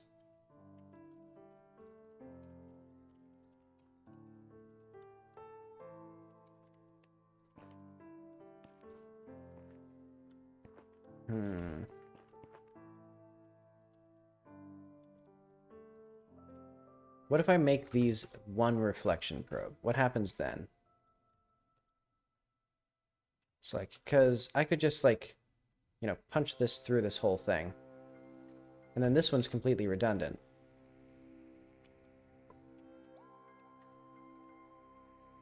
And, like, I don't think that changes anything meaningfully.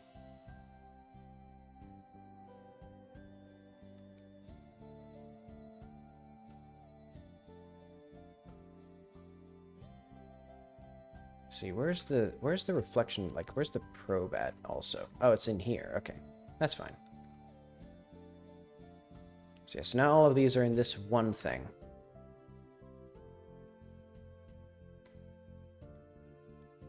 I think we can do, like, this to make it a little bit smaller of an area. Because the rest of this, I'm pretty sure, is affected by the same stuff.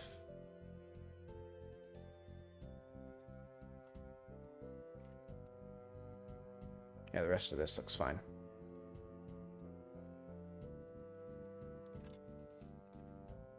Okay, so now there's only one reflection probe that has to be conditionally shown. And if push comes to shove, I might just make even more reflection probes and then just have all of them visible at all times. But this little section here, where there's like 1 millimeter of clearance, is going to be the hard part, because this is like right up against the surface of the terrain. Because, I mean, I guess I could just put a big pile of rocks there and completely hide it.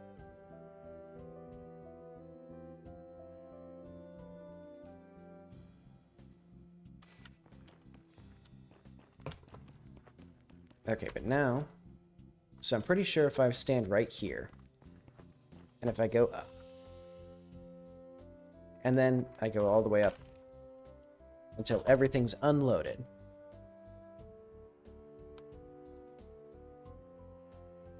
and then I come back down.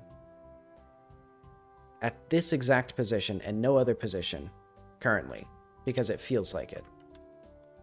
You know, the next time I run the game, it could, oh wait, no. Let's then go down to here so that I can actually see it being reproduced.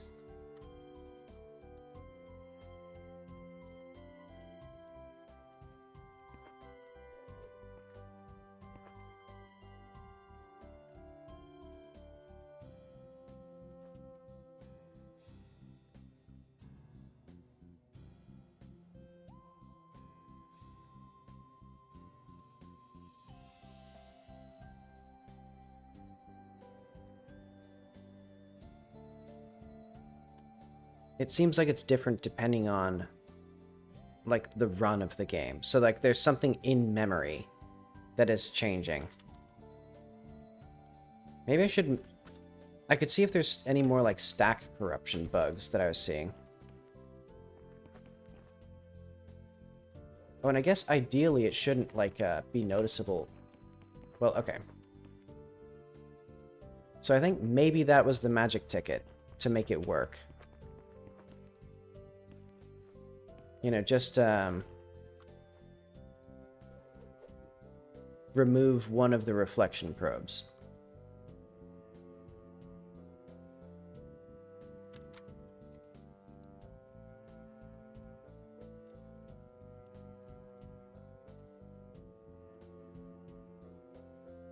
Alright, let's go back up. I don't want to die.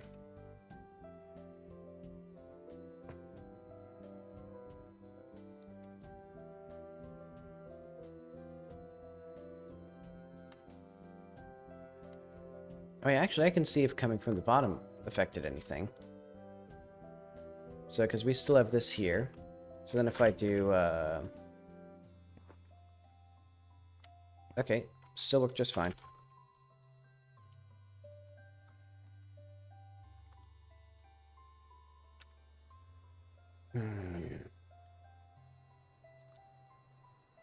And I know for a fact that if I go straight down here, it won't reproduce.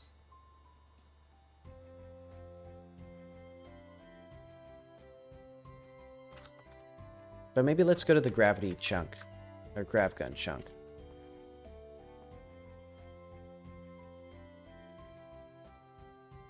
Let's do a whole grand tour. Let's go to 113 and stop in there to smell the reflection probes.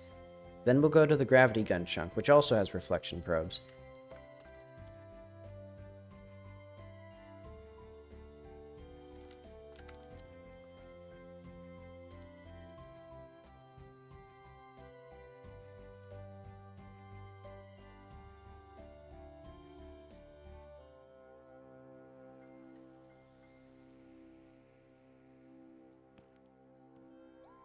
And I shouldn't work too long, honestly, because yesterday, I went to bed with like a terrible headache.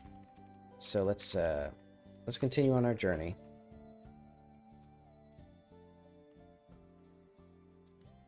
So we're gonna go. No, actually, let's go back, because this should trigger the bug.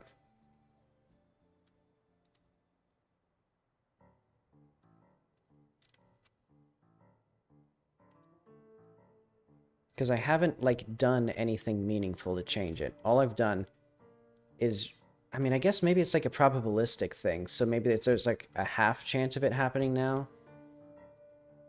Okay, so this thing, right here.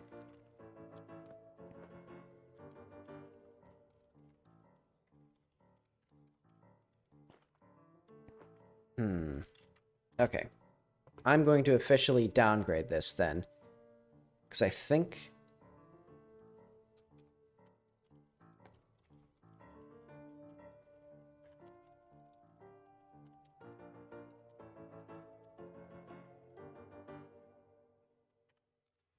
So let's just reduce this down to a good ship now. Okay.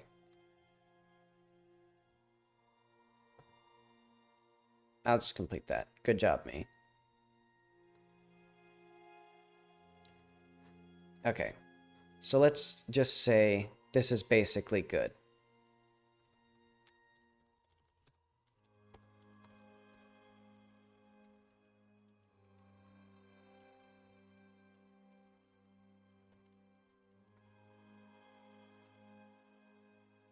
Because I'm not seeing any problems with that anymore. And I think it might have been because I changed the order of them. Too many conflating variables. Alright, let's see master, or git checkout. Master, git pull, or git...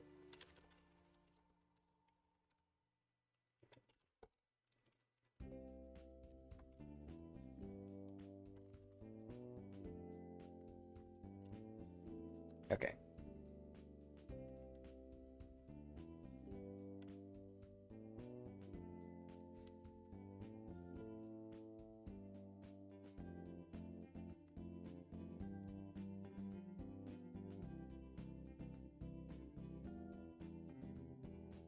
And I should probably make this enemy not trigger when it sees you here.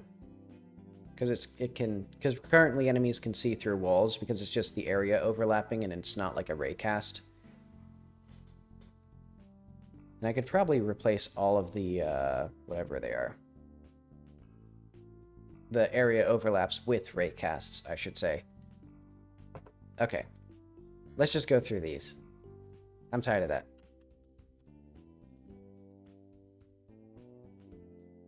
So what I want to do with this one...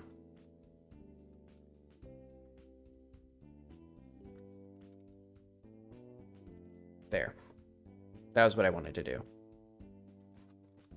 That part of the climb always annoys me. Because of that specific thing. Tutorialize resetting the climb. Let's do that. So it'll be,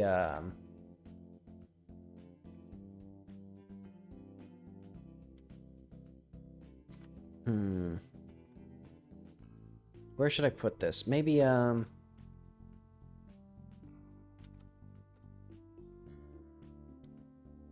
maybe I just put it in the climbing game.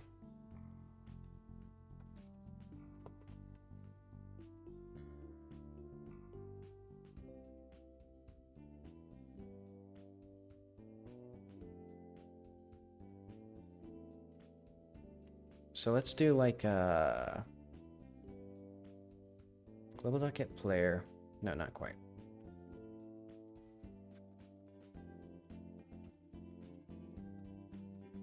Wait, should I do it here or when the game is started?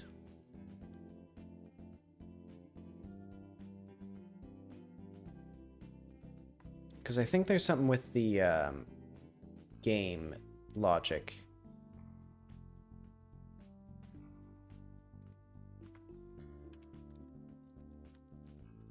Wait, what did I do here? Wait, what the hell did I do? Okay. That was just me undoing that stuff. Okay. So where's laili? Like, how do I actually... Where do I put the game? Oh, here it is. Okay, start climb. Wow, it's wicked fucked up.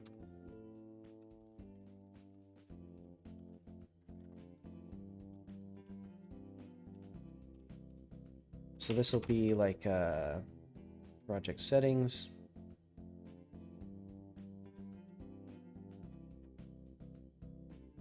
Where's our reset button? Oh yeah, I should unset the gamer stream button. Because yesterday I pressed the home key by accident and I forgot that I had an overlay for when I was starting the stream by playing instead of just with a introduction screen or a screenshot. Okay, so it should be... Okay, it's just called reset.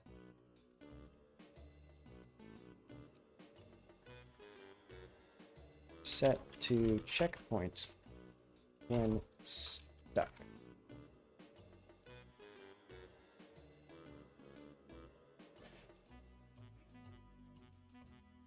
And I think this button should work. So I'd like it to be... Okay. It's the player.ui.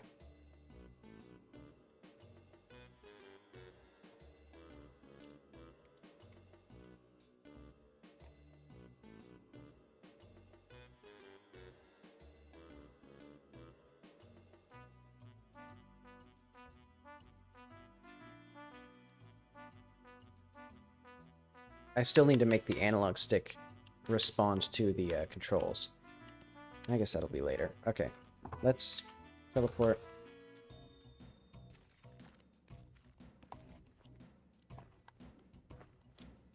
I might even just play the game as a treat to myself.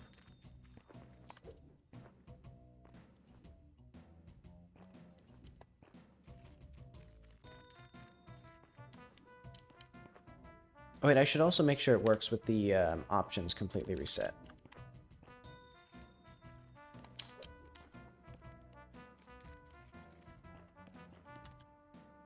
Alright, let's get this plane up this cliff. Set to checkpoint when stuck. Okay. So, I mean, hopefully the player doesn't get confused by that showing up right away instead of, like, when they've fallen, but I don't know how to detect when the player's fallen down this thing. Like, I don't want to put, like, a... I guess I would just have to put a bunch of trigger zones, like, maybe once you get the checkpoint up there. And maybe I should make it so each one of these counts as a checkpoint. If the player's, like, grounded when they touch it.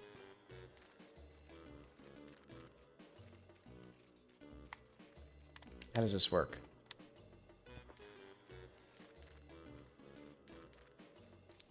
You know, I could just make that one easier as well.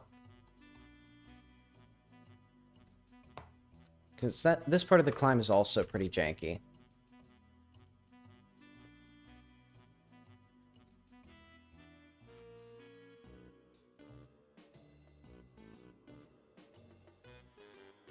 Because now I'm thinking of, like, nerd stuff, like the ability to play the game without it being extremely frustrating. You know, because now you could do crazy stuff like, you could probably even go to this, and then you couldn't quite go to it, but you could climb back up here. And then you can even go here.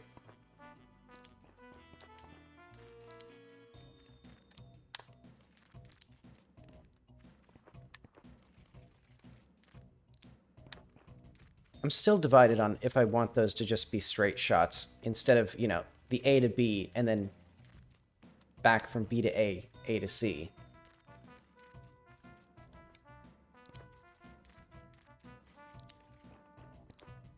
Oh.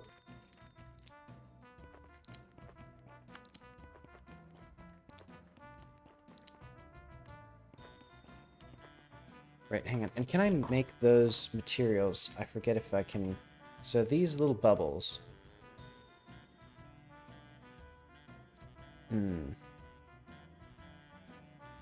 So what I'm gonna do...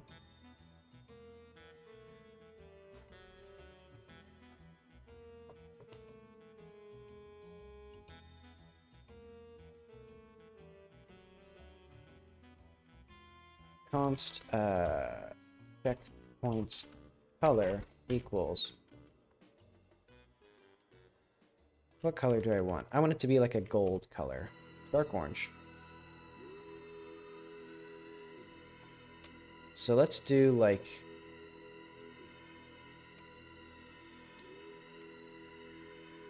Function ready. If...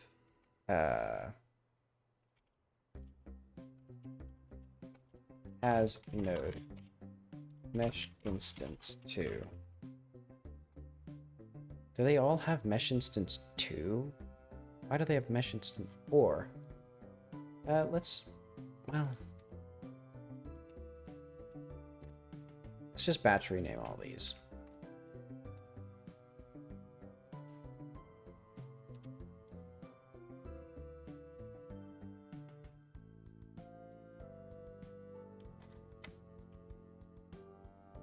Because now I need to go to 138.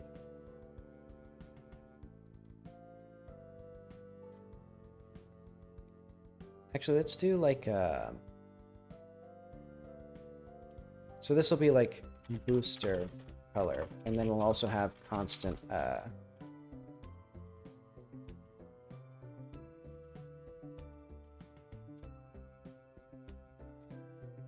if checkpoint and has node mesh instance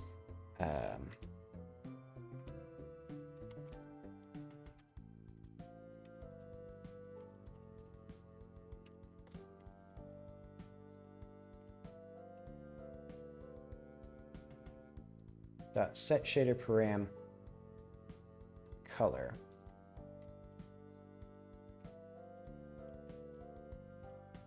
Wait, no.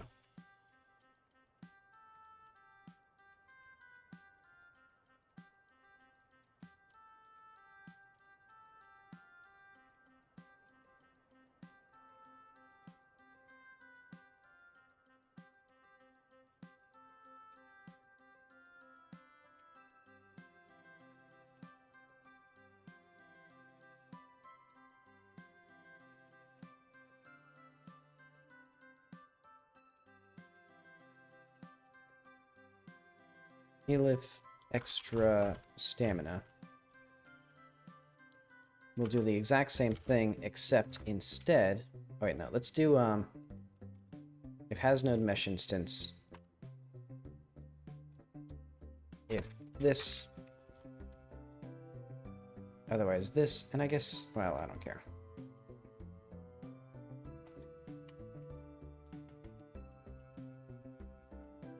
And then we'll do,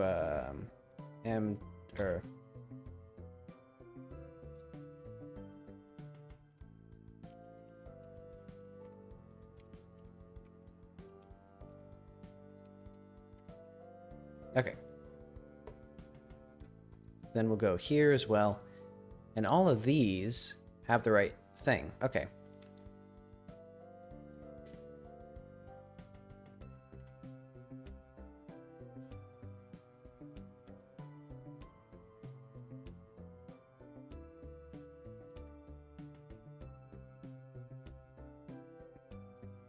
So now let's see if those work. Because now this will give us more indication of like which ones are checkpoints. Oh, right, I have to go down here again.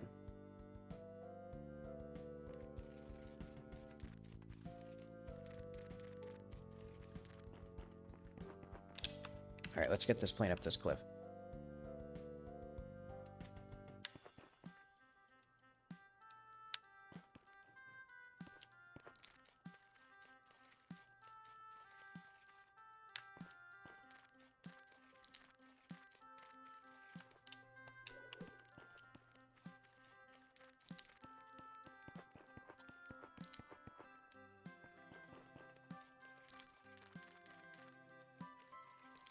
Okay, so the player should be able to notice.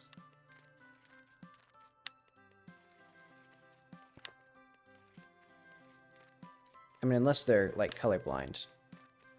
But then I guess hopefully the little saving indicator and stamina booster indicators will be enough for them. Because this is just, like, extra information.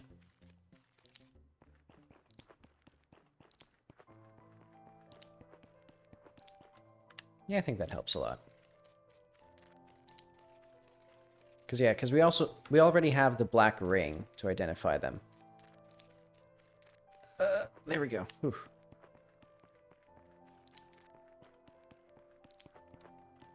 I had the gamer foresight to do that way. And then let's just mute the music for now. I've heard the music plenty.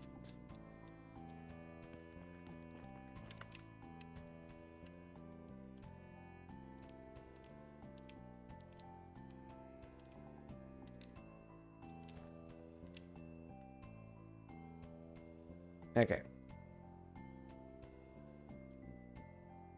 So that is reason. So now we have some basic tutorialization. It's not super graceful, but it's okay. And we also have a little indicator of like which things give you extra stamina and which ones are checkpoints. Though I think I think the ones that give you stamina are always checkpoints. So maybe I should swap that actually.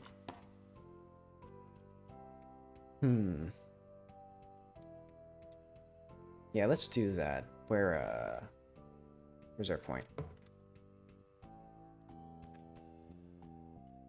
Let's do this.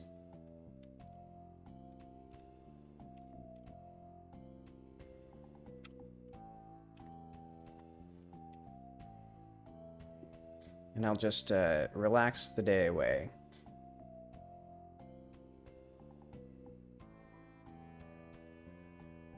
With a quick trip to the caves to make sure that that bug isn't being reproduced.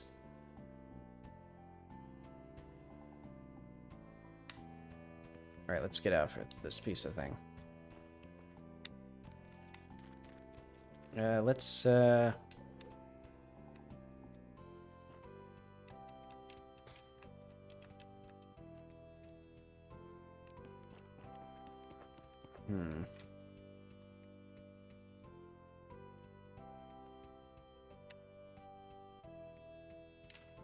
Oh wait, you know what would be cute? I should tutorialize right after you finish talking with Laili.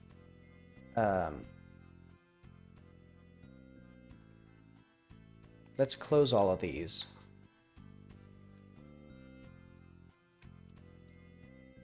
Let's get this one out of here. I'm tired of looking at that.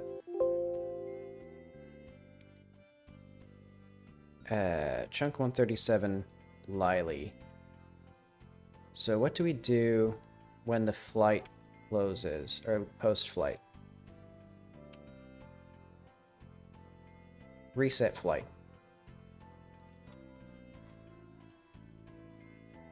So what I'm going to do is p.show prompt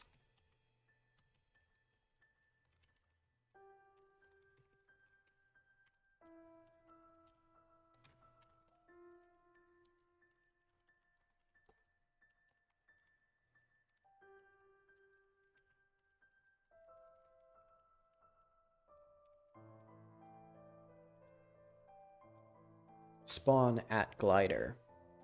So this way, the player knows what, one of the things that I've been regularly doing, which is spawning at the glider by holding the reset button. So now let's make sure that works. Then you plonk down.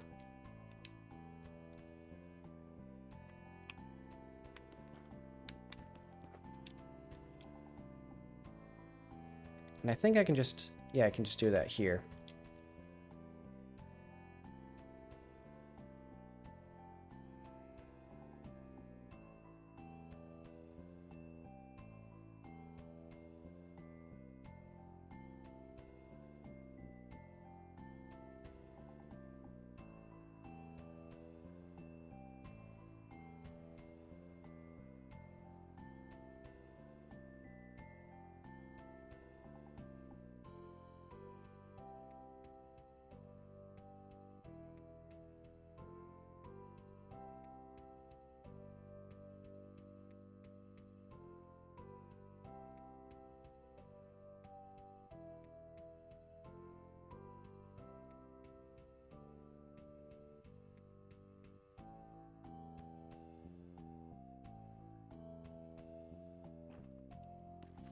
Okay.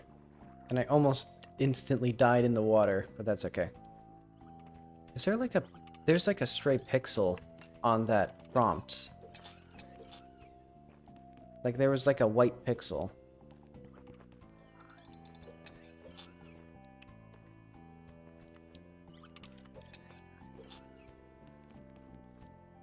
Okay. Took a little bit there, but that's okay. That seems good.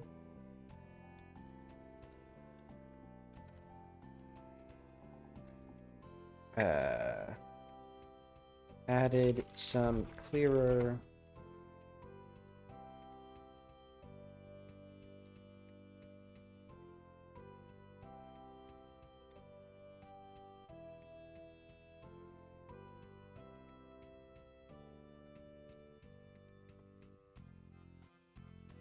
So let's complete that, mark that complete. New shader for the edge of the demo, slightly widen the last door.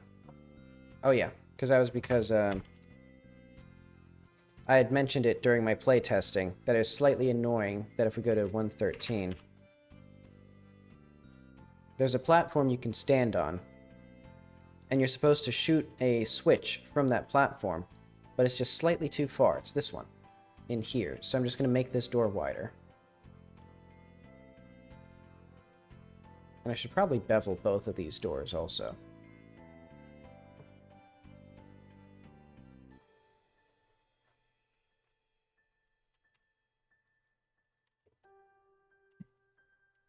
What the hell? I clicked this thing to hide it, and then it didn't hide. What am I actually selecting? H? Why is there two of them? What am I even selecting? Environment area. I pressed H. What is this then? What is this thing? What am I... What is this? Walls 3. Walls 3. No, it isn't. Oh, it's because the stupid materials. The stupid placeholder materials aren't the right color.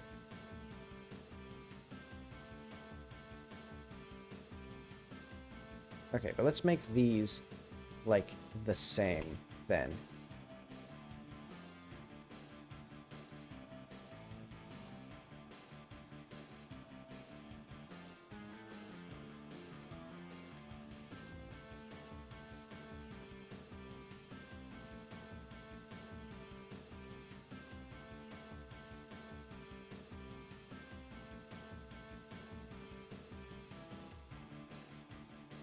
Hmm.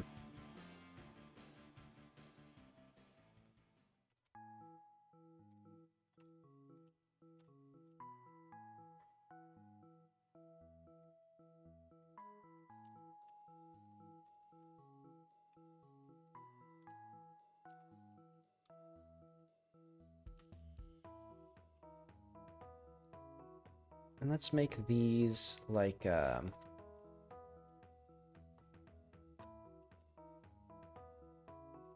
this color.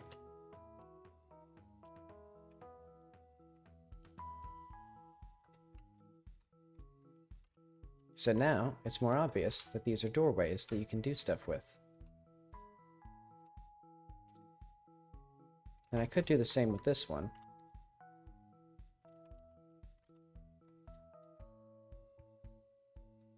Yeah, that's fine.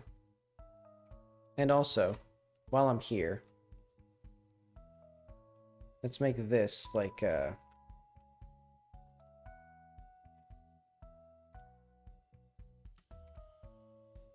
if I did 35 instead?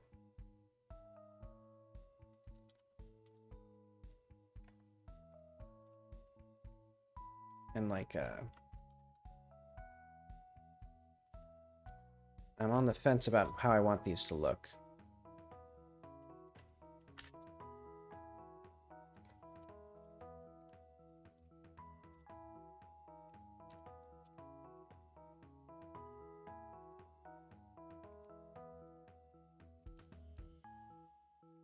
But okay, that gives us a good amount of information, I think, to understand how this video game is functioning.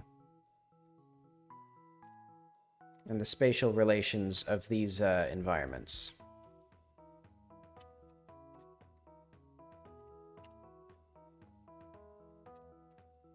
And what happens with this thing? What is this thing?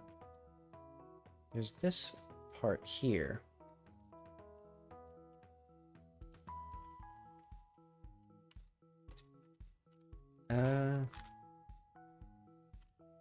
I guess I'll keep that. I mean, it's not hurting anybody.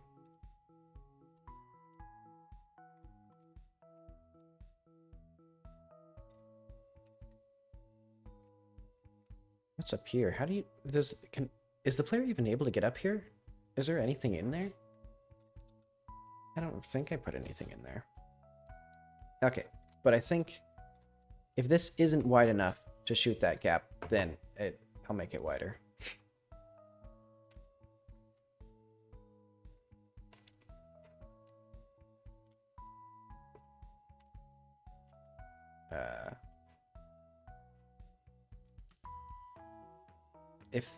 If the Lord deigns fit to export this fucking thing and then import it, is it gonna work?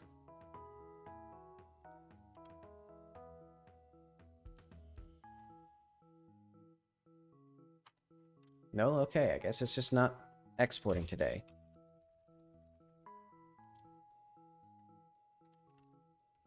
Has it exported? Let's go... The GLB is different. So let's just, like, I don't know, quit Godot and restart it because it's not cooperating.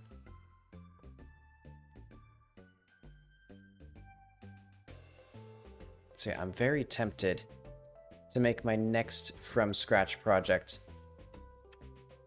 in, like, a bespoke engine with the very specific feature of when you export a file and then import it, it works. Instead of not working, like this. So, like, you know, because as you can see, it don't work. However, I would prefer if it do work. Okay, seriously, what the hell is happening with this thing? Projects GLB chunks. Export. Save it. Which exports it again. Like, do I have to, like, start the game? Because this seems distinctly like it just hasn't read the GLB file.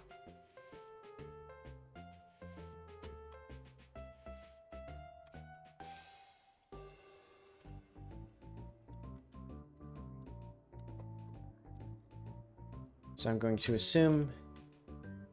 Yes, it has not changed it yet. Also, these, for some reason, don't have their materials anymore. Wait, why don't these have their materials? What the hell? How is that the one change that happened?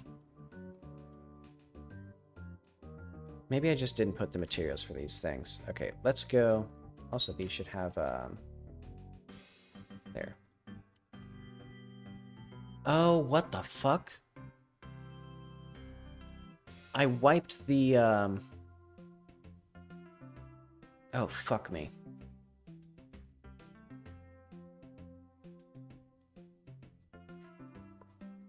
I completely wiped the, inheritance here. I might have wiped the inheritance of every single God fucking damn it. Okay. Because remember when I was changing all those multi-meshes to spatials? I think a lot of them, I broke the inheritance.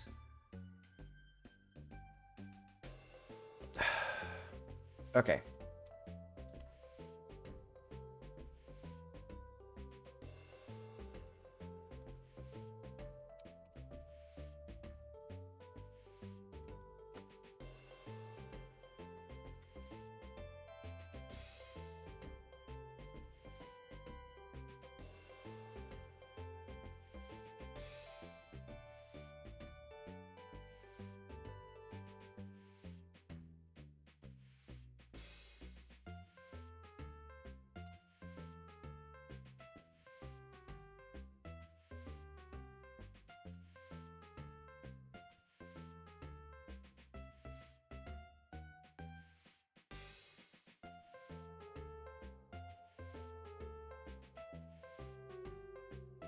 I know this one's fine.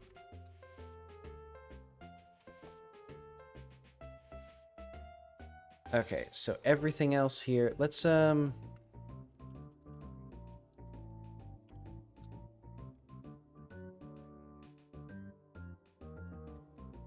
Okay, so the rest of these billion test things, and let's check out areas. No, not areas. Areas/chunk loader.g.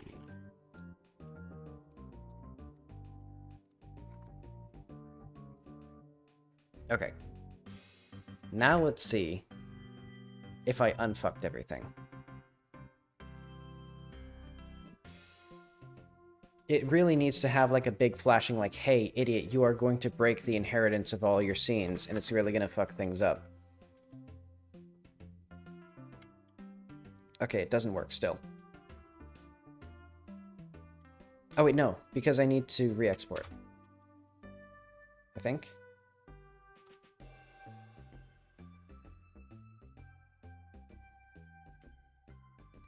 Thank God. Okay.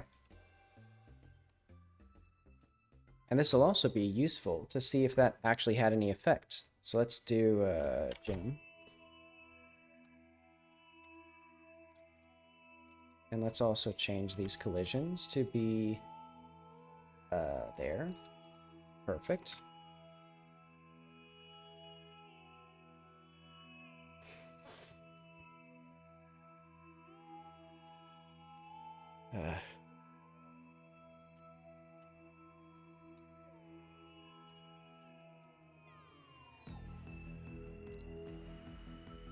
I hate video games. Okay, let's see the one thing that I wanted to see. If the player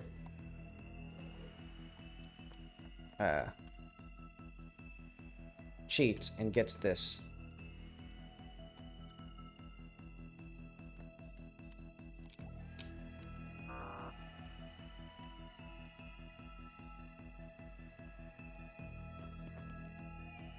So then I can get this. Oh wait, let's see if the doors actually, like, fit as well. Yeah, the door still fits. That looks fine. But then what I can do is anywhere on this platform, I can shoot that thing. And now we'll also see if the Cave 137 still has its issues.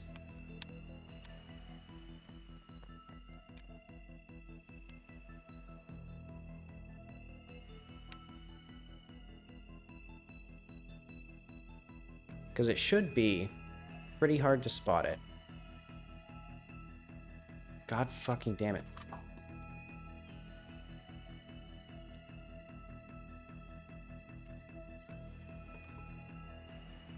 Get this thing out of here. Okay, and there is no chunk 128, and that's great.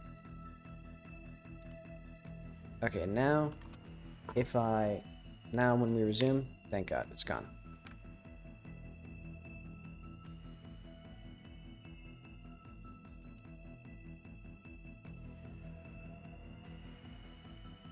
Because my shaman rain dance failed. All it did was give us mosquitoes.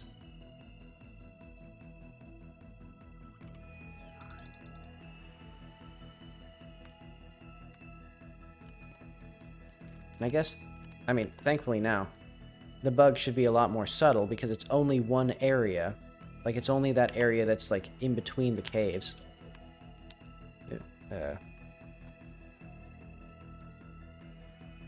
So yeah, it's this specific little area. Which I assume... Okay.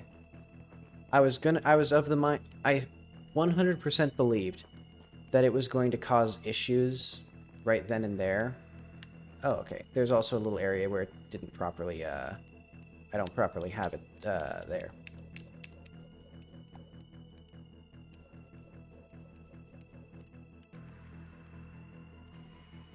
Okay. So let's fix that, and then I'll consider this good enough, because I can't consistently reproduce the bug now.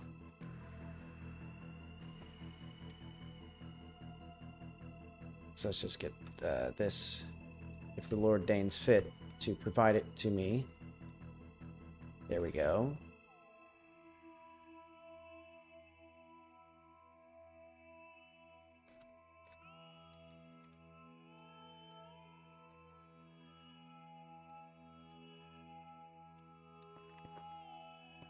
Oh, and I should also make sure that the actual, like, probe is still inside this thing.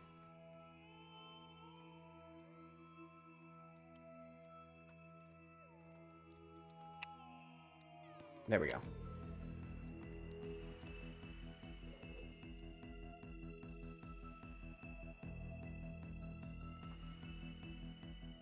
Yeah, because there's a lot of bugs where you can... I only reproduce them when I don't want to reproduce them, you know?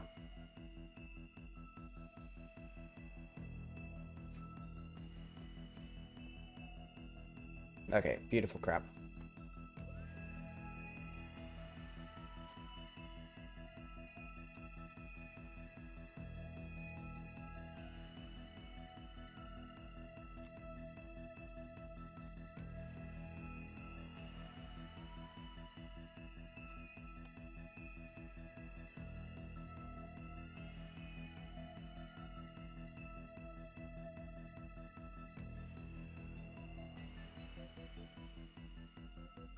Completed, completed.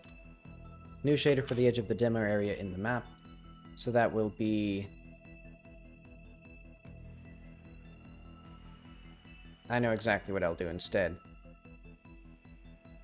I'll just have a material override that's only for tools. So let's go here. Boundary demo.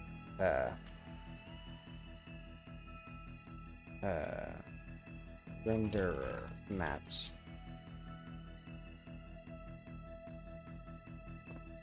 Also, hang on, I'll be back in a second. I'm gonna use the restroom again.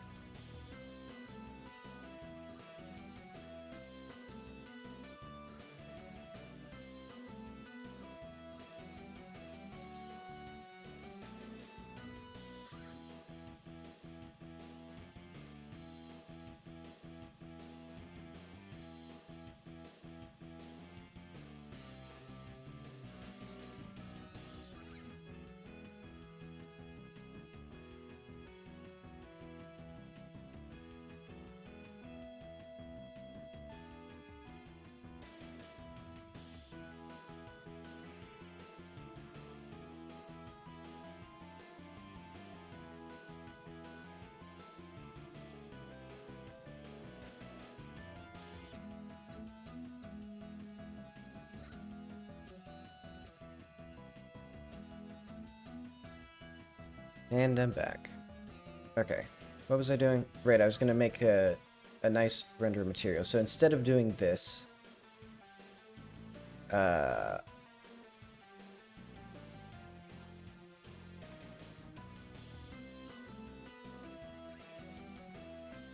first thing I'm going to do is this thing doesn't need a debug flag.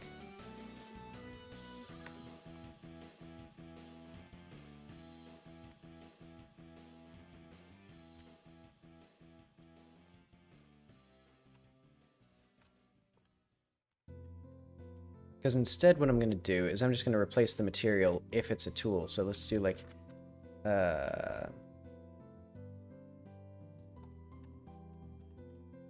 if engine dot is or editor hint set process false, and also set material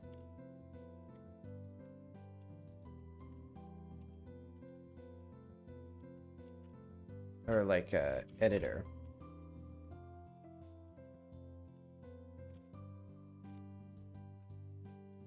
Else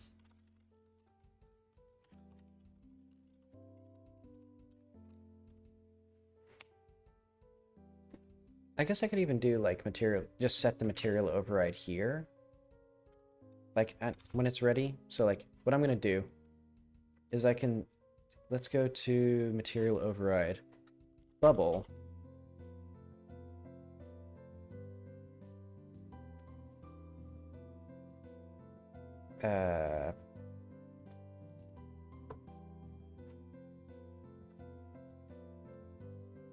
Actually, how much shading does this thing have? Oh, it's only the I didn't realize it's only normal.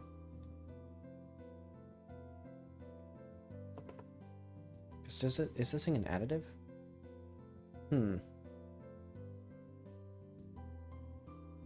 I thought this did something else.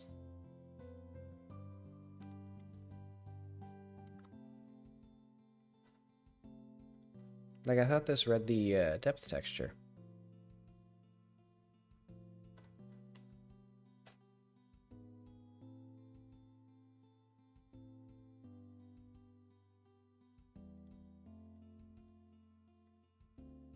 Oh yeah, it was because there's weird... It's because then because this is for the bubble attack, it didn't overlap with the water if I did that. Okay, that's why I needed... I'll just make a new shader material. Alright, so let's do new shader. Spatial.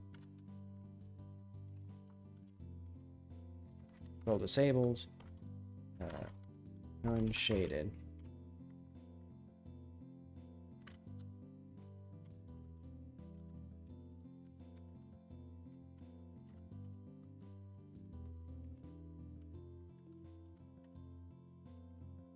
Blend add.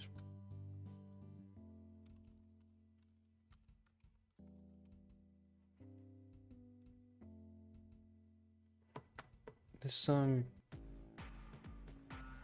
there was no music in there. Okay, let's do let's do uniform spec 4 color hint color.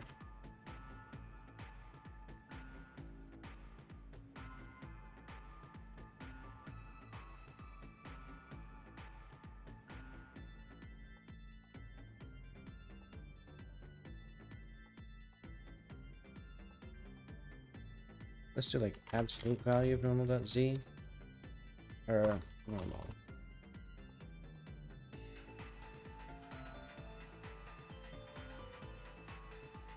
Does that... What do I do with bubble? Let's do this.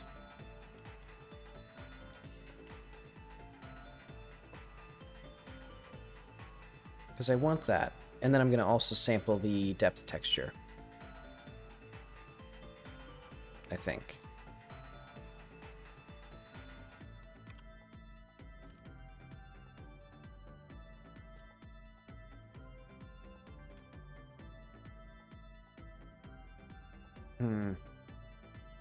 This isn't quite right. Alright, let's get the water.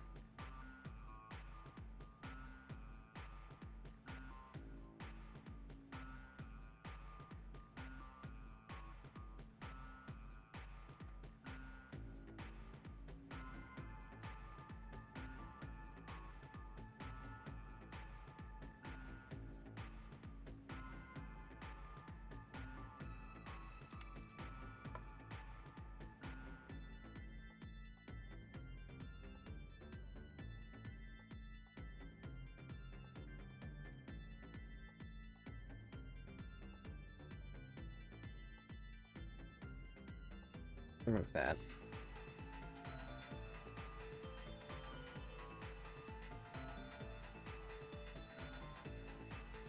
I guess these two aren't used anywhere.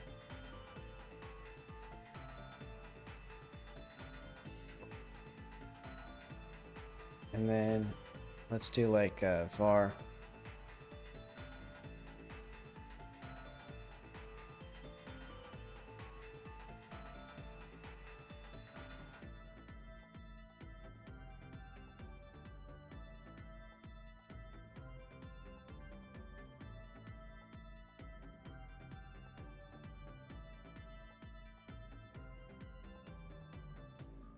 So we'll do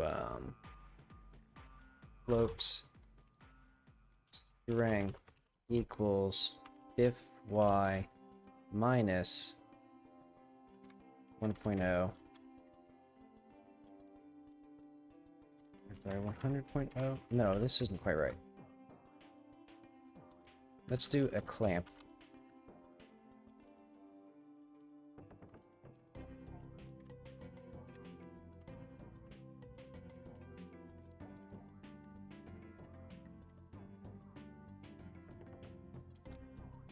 What am I trying to do with this? No, 100 minus diff y. 0 to 100 divided by 100. And then albedo equals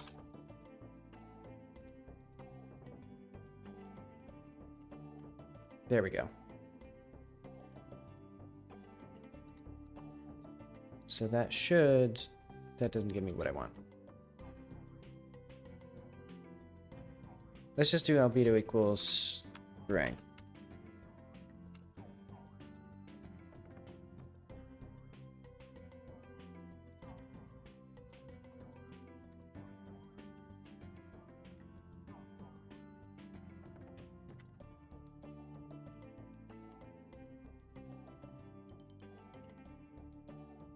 Okay, so this works, but then why doesn't this work?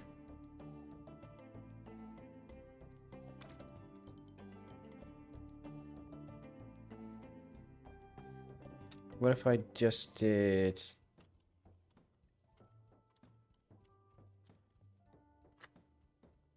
how much can I divide this by?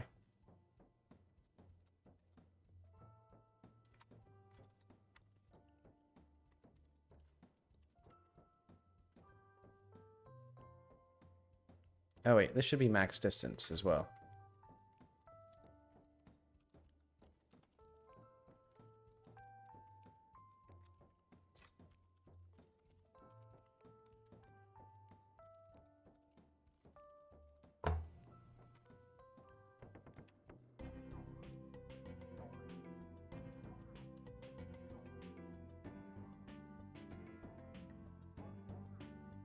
Okay, so now it kind of works. So what if I gradually... So if it's anything... Well, now it's just not working. What's the issue here?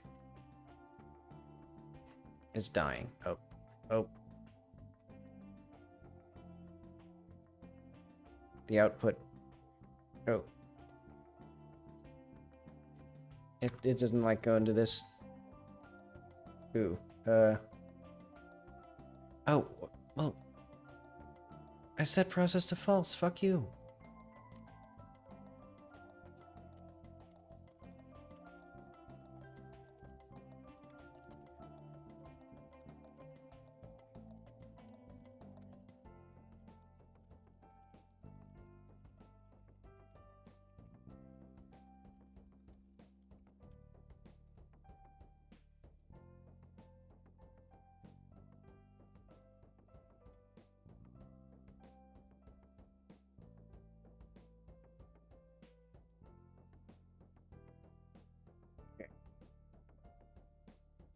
So now, this does not work. Oh wait, it's because the albedo's black. Maybe. No wait, that wouldn't make any sense. That wouldn't affect anything here. Yeah, so nothing's happening here. Oh wait, hang on. There's a little bit. There's a smidge.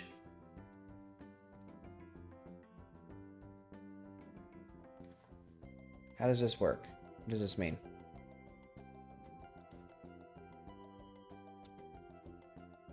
I don't get it.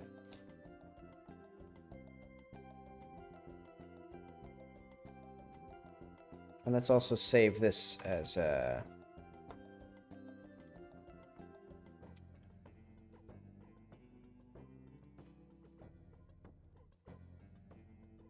material, like debug.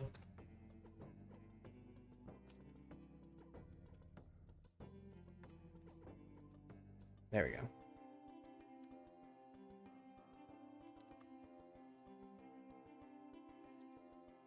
So how does my water shader work again? Foam factor.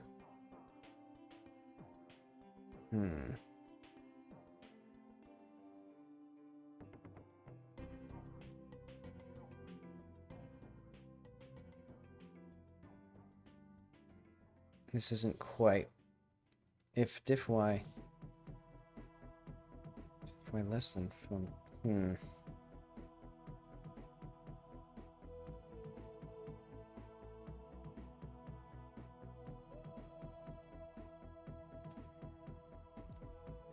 Diff y divided by max diff... Oh, okay. It's because I'm dumb, I think.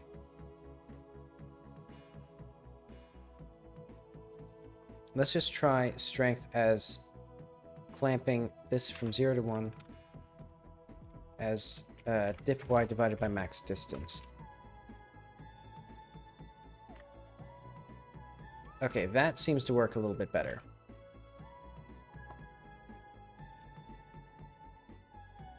But, no wait, no, that doesn't do what I want, though. God damn it.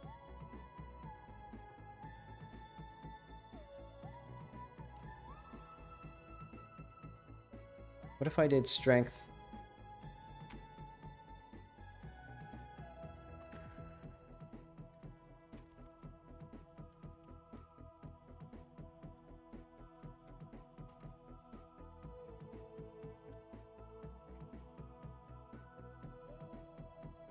So it's all the same strength here.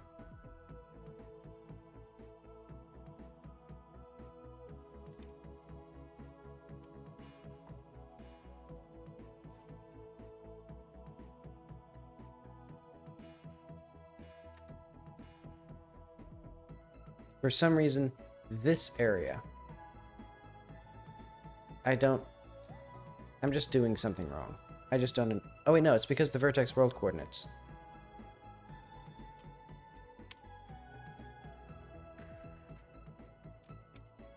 Okay.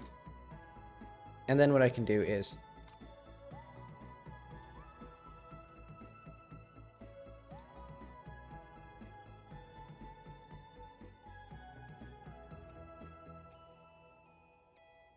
And then, look at that. And then we can do, like, I don't know, how, 3 or something. Or, like, I can just do, like, power here, and I'll do, like, a uniform float power.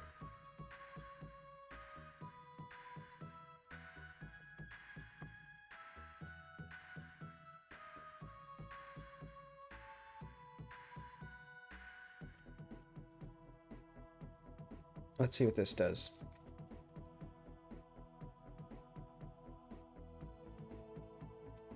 So yeah, we can have a little border right there, and that'll represent the chunk border.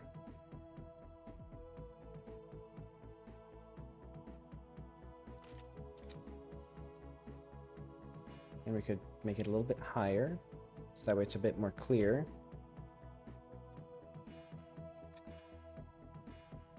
And we can then make this strength times albedo. Then we'll have like a little like greenish blue area here instead of white.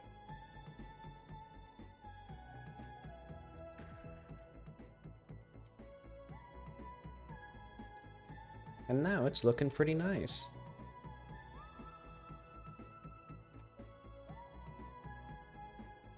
So now I can go to, hi. Thanks and welcome to the stream. So I'm going to let this very slowly render in, and then we're going to do our screenshot for the map.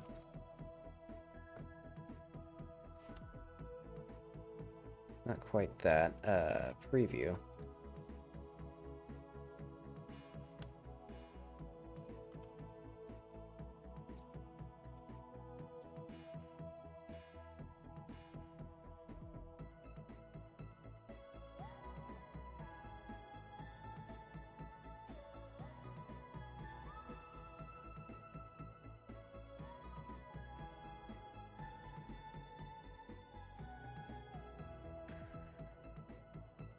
Alright, let's see how this viewport looks.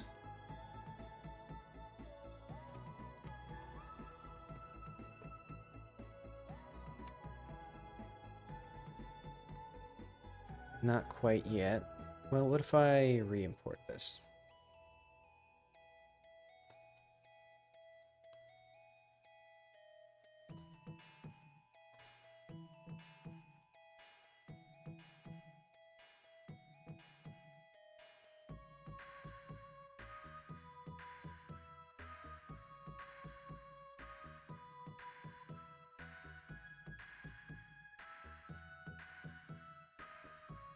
Okay, so I think if I re-import this image,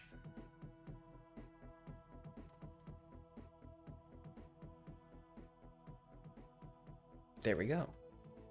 So now if I go to the map here, it should look a little bit better. Oh, it doesn't show the border at all. Why not?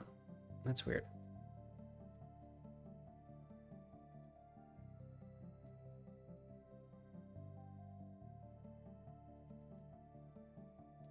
Maybe it's precision issues.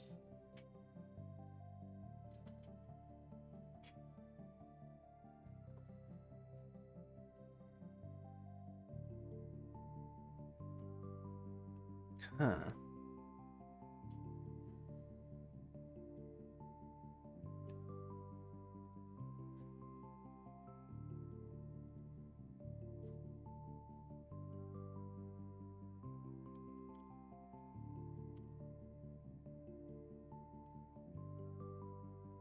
I guess maybe it's the viewport for this.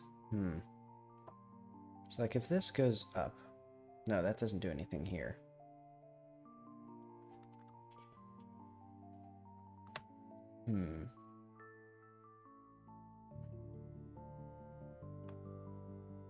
Why doesn't this work?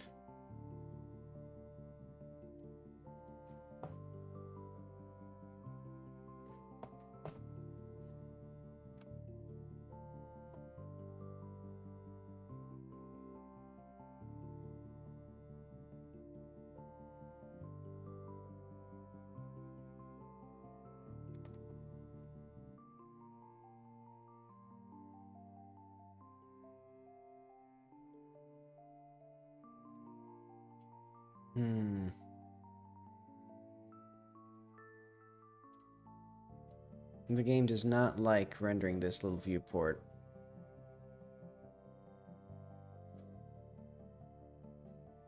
So I think maybe because it has the depth texture, it doesn't like it. Which would be a shame because that was kind of like the entire point of that. But why is it... So, I don't get... What I don't get is why that camera just... Because... When I'm in this camera, it should be fine. Unless it's just like a matter of like depth. Oh wait, it's because it's an orthographic camera, isn't it? So there is no depth. Wait, no, that doesn't make any sense. There's still depth.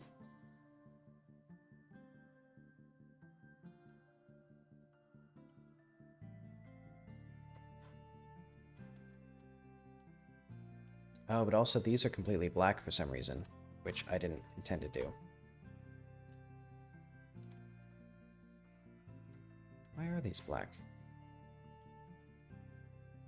Yeah.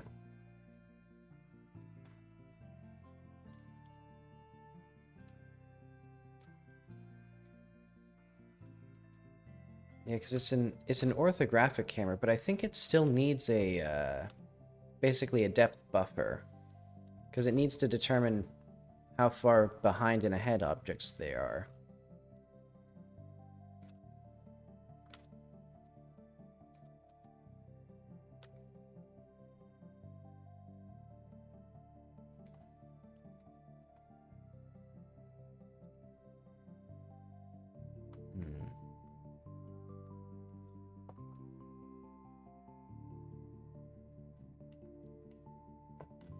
I mean, I guess what I could do... I mean, I guess... Maybe it really doesn't have a... Hang on, I'm gonna preview this. What's the lowest Z buffer that I can get away with?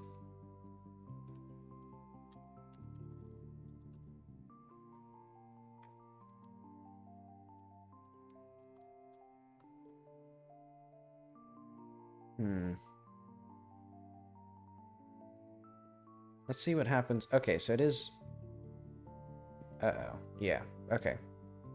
So yeah, because if I put it in perspective... Okay, so it is because orthogonal don't have a depth buffer. Let's look this up. Godot orthogonal...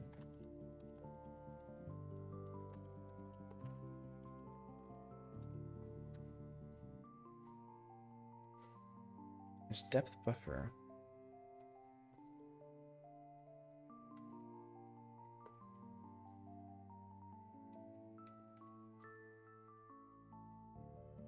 Oh, wait.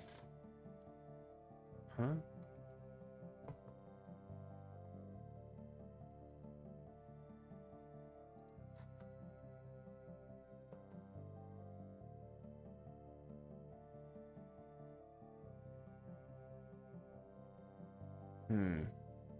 Okay, interesting. Oh, right. It makes sense because there's no W component. Okay, that's... It's not that there's no depth buffer, it's that the depth buffer is completely different because it doesn't divide stuff. Okay. Let's go to our border.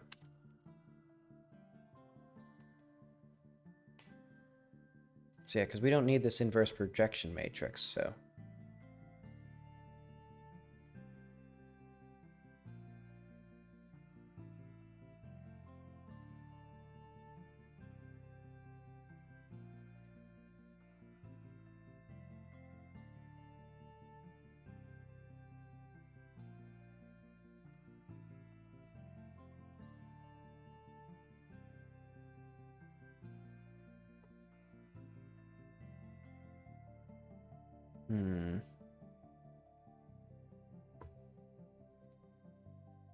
It's 2 minus 1. Depth times 2 minus 1.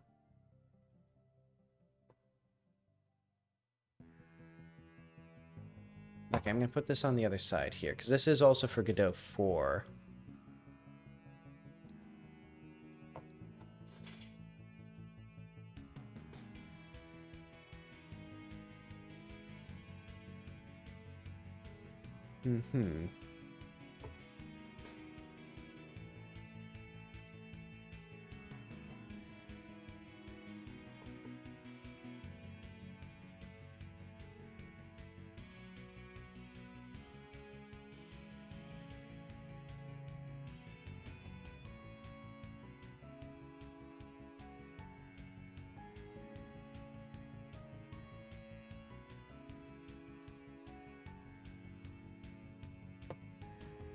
Let's see.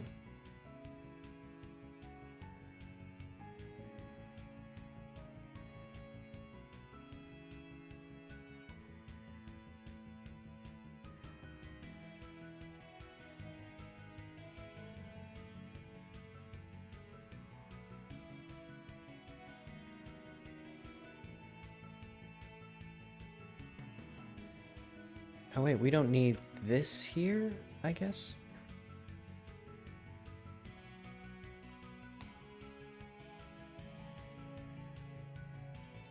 Hmm.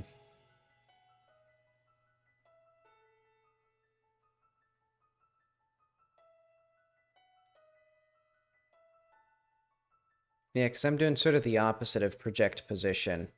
Because I want to get a 2D pixel for the depth and then convert that into the 3D position on the screen.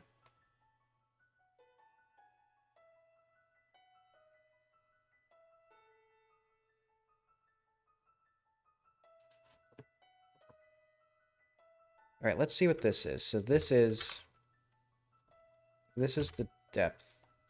Or this is a, what is raw depth? Where do they get raw depth from?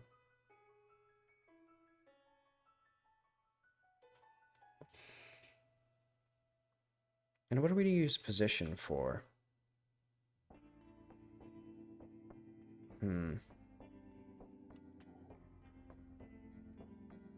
Ah, that's fine, I guess.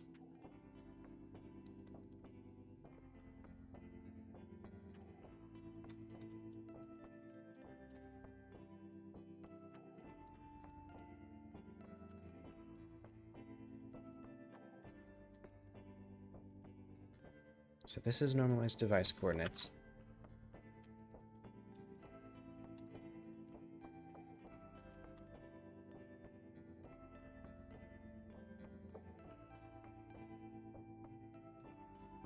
Inverse projection matrix times a vector 4 of our coordinates with 1. So this is view space.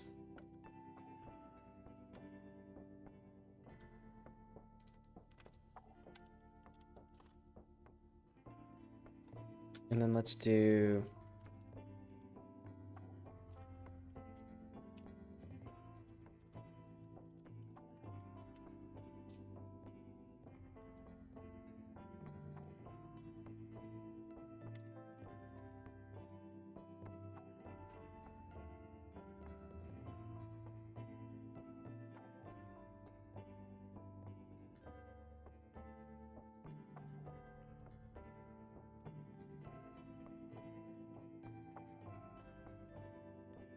so we're going to get Z, and we're going to get,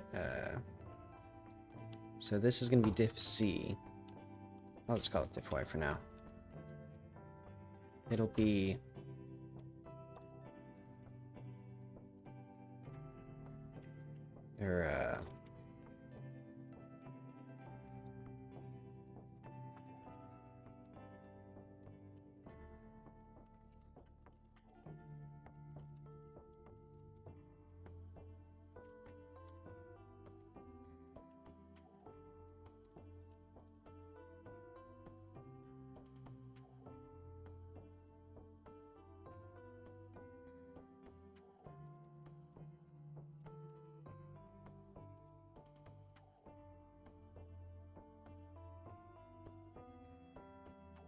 okay, so that kind of works.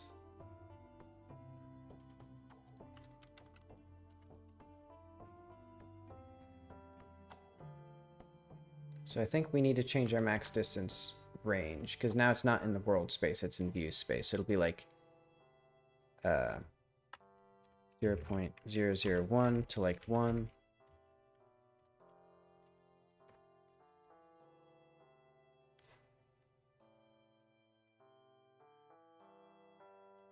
That, well, it's not very strong. Or what am I trying to say? Oh, there we go. Okay. So it's like the opposite of what I want.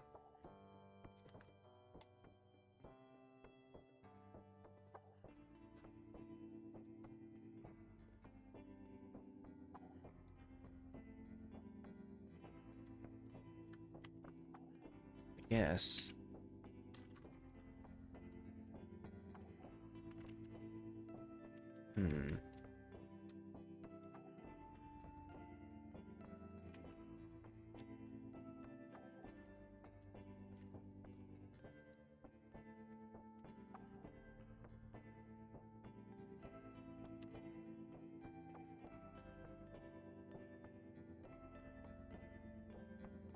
What if I make this... Well... What if I edit how the camera works? No, but I guess... Oh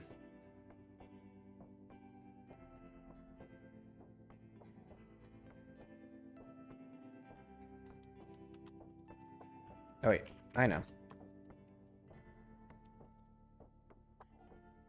That didn't help.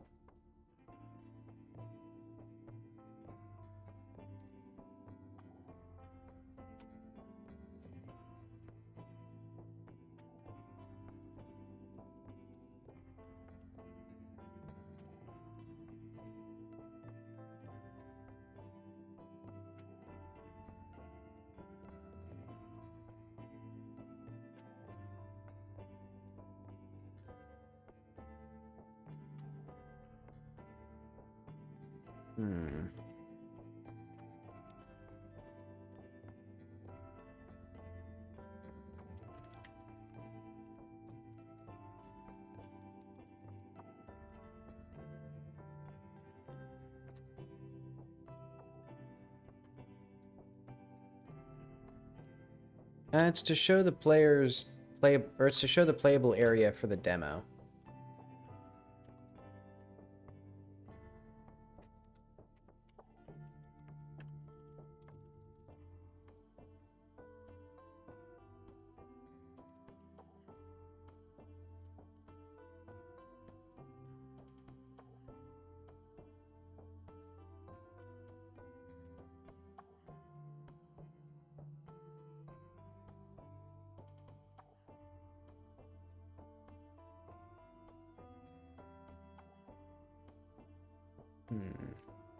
I wish I could zoom in while maintaining this camera.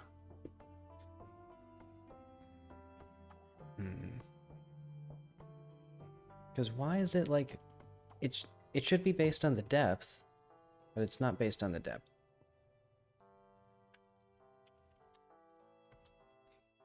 I don't need this, I guess.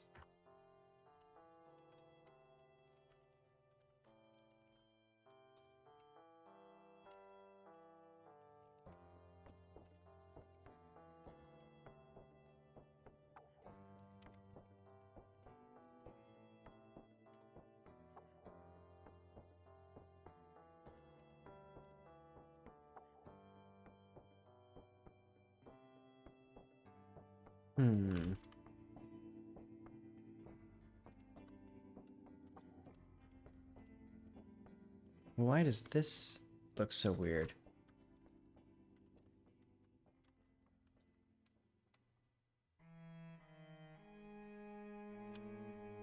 I think this is working.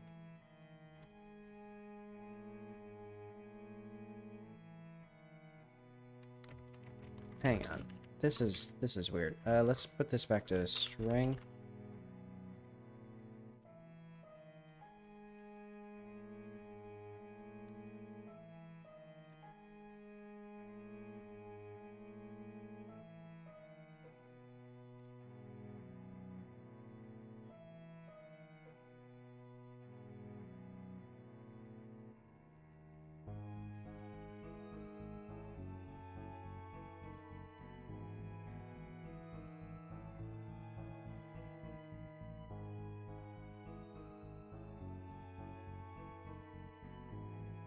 Oh wait, this is also, the power is like 0.01. Hang on, so I'm gonna do...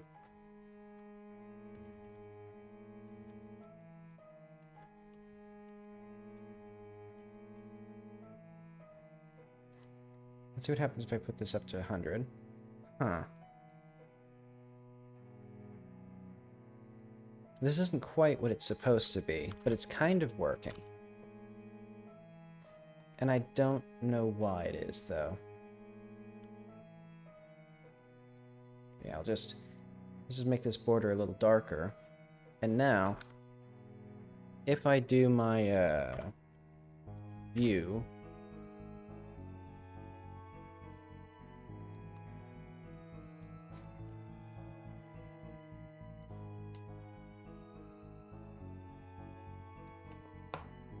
okay, so that camera should get that. And then if I go back to the script and do the preview chunk script,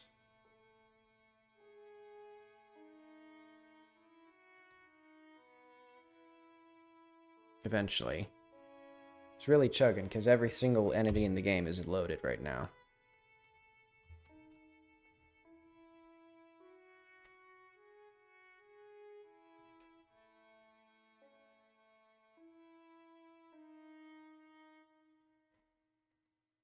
Alright, what does it have to say?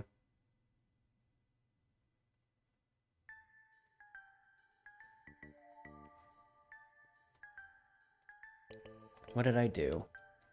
Why did I do it? How did I even do that? Okay. Whatever.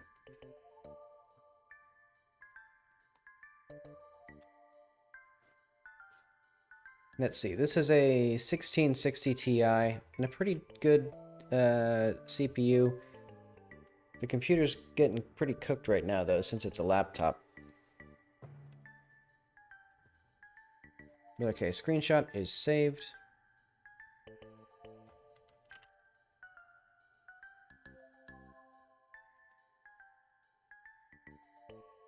Yeah, like I said, since this is a preview... There we go. So now if we go to map.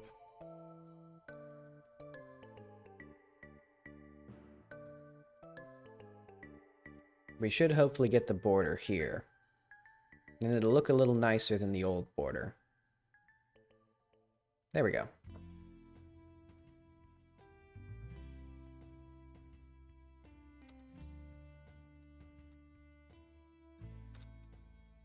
So now, I should also test to make sure the in-game border still looks the way it's supposed to. Because basically, I just wanted a different material for rendering this border in the map and for when it's in the game. Because in-game, you don't see it until you're right up next to it.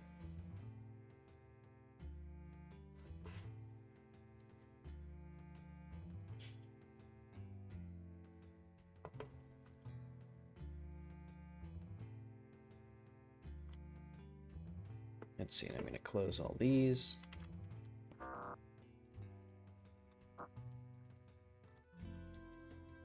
Six. Now we have our beautiful map.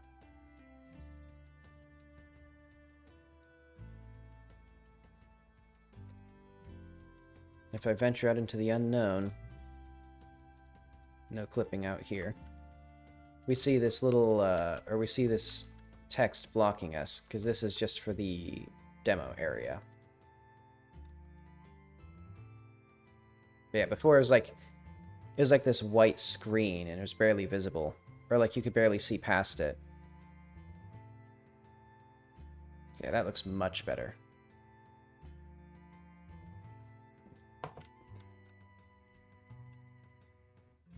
Let's close everything.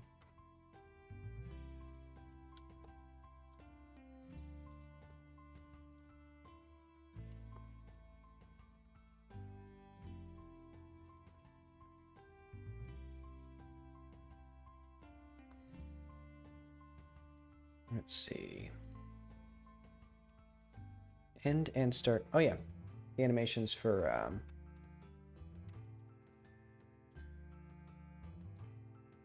I changed the character's sitting animations and didn't fix the rest of it.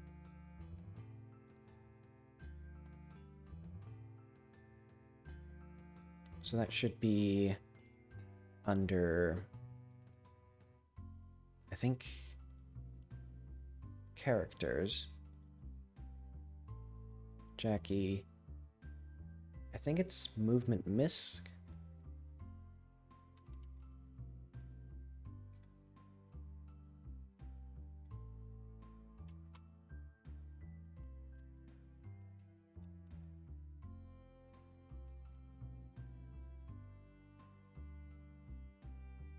So sleep end. Yeah, because this has the, like, broken sitting animation.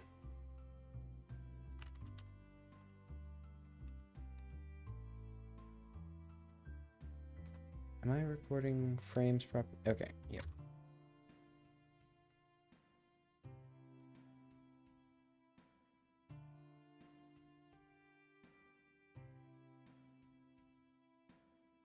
And this will very slowly export to GLTF.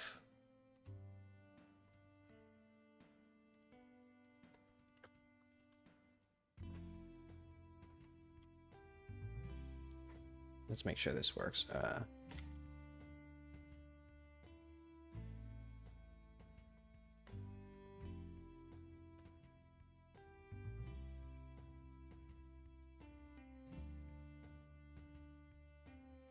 So if we are sleep end,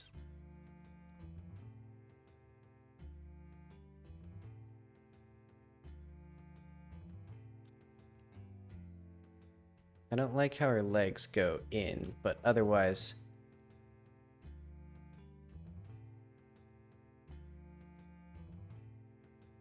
yeah, there's something. I'll fix that later.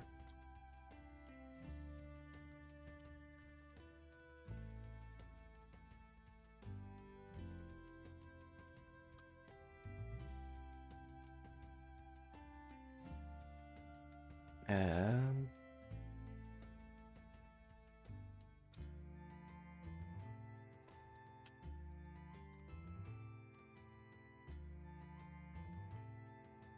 okay, so I think this can now be lowered, and this can now be lowered.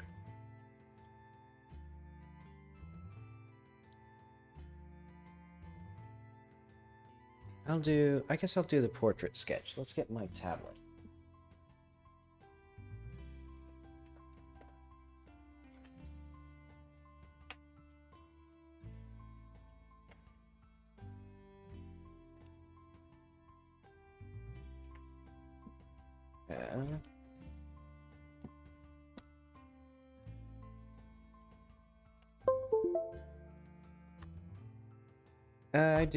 I'm gonna do Krita, and then I just have a very old, like, bamboo pen tablet.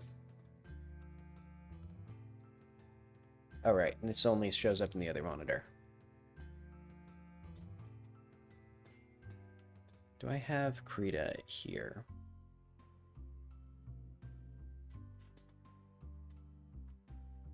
Anytime now, Krita.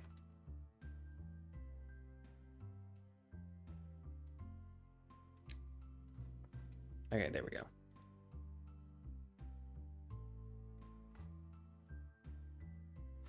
So let's move this stuff around.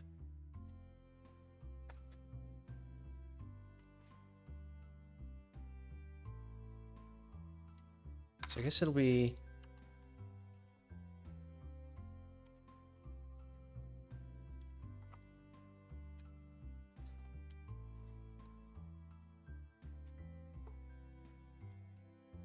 Why does it...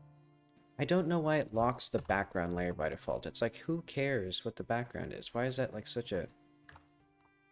I think I mentioned that every single time I use Krita.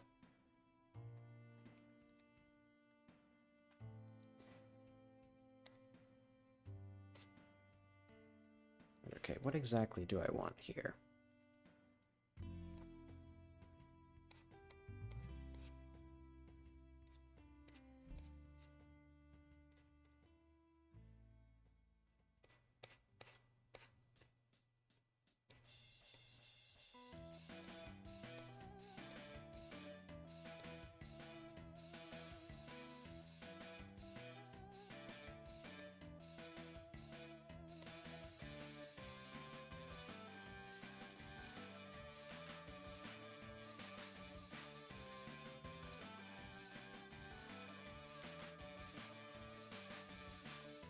I guess I won't overthink it for now.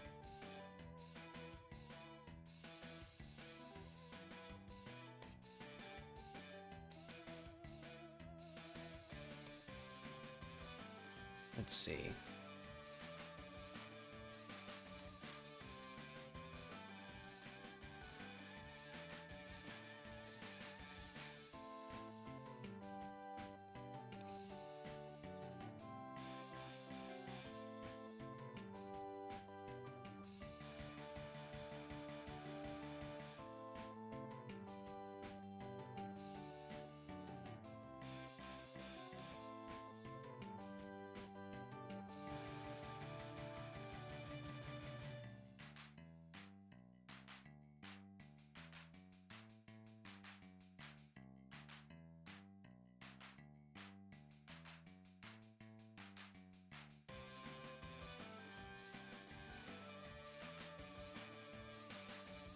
And this will just be... Let's see, I should get chat out as well.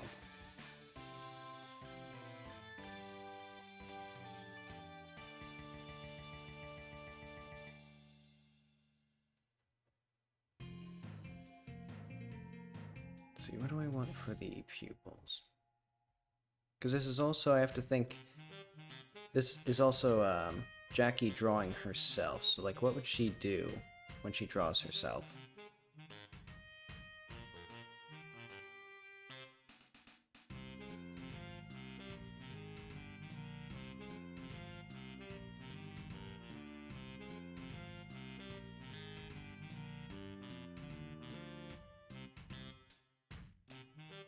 Does this look good? Not really.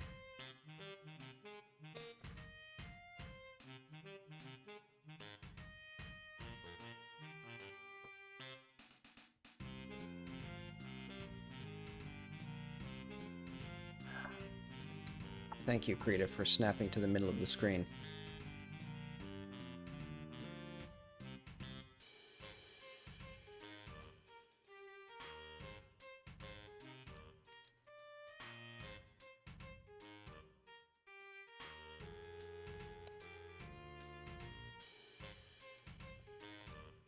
Oh, well, this is the eye that's the problem anyway.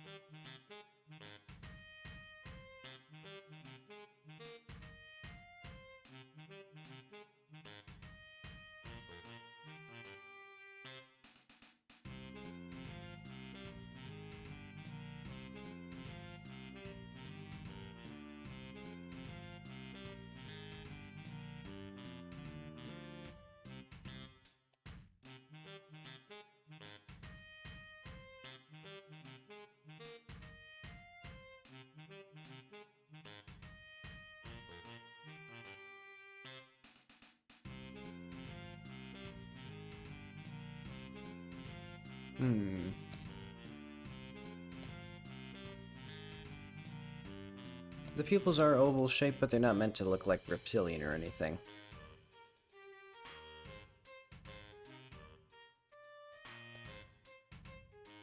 Let's see, and I'm gonna draw... How does her coat work?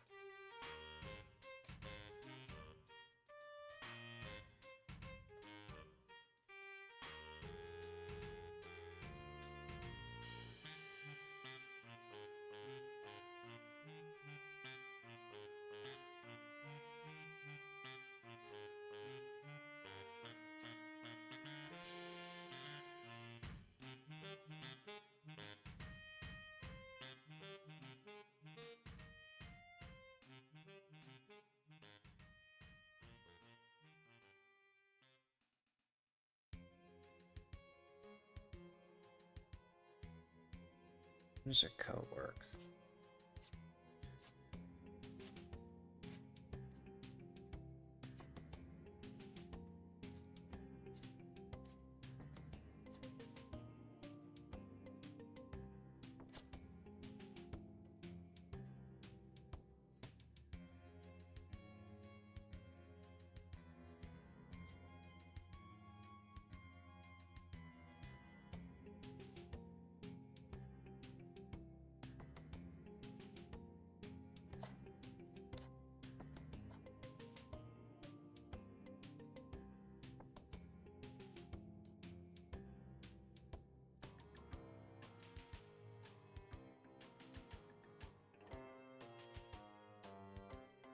I don't like this. Let's see. Let's actually just bring a reference so I can look at this.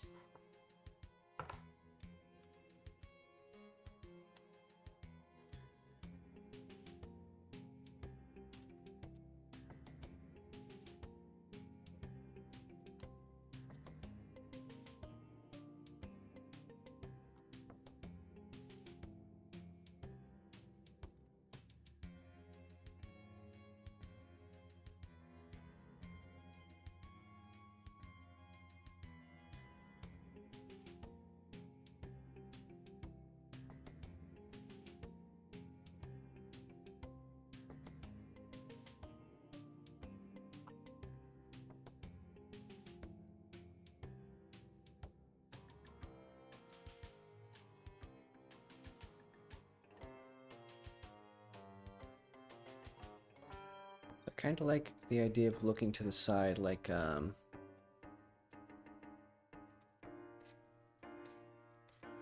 let's see.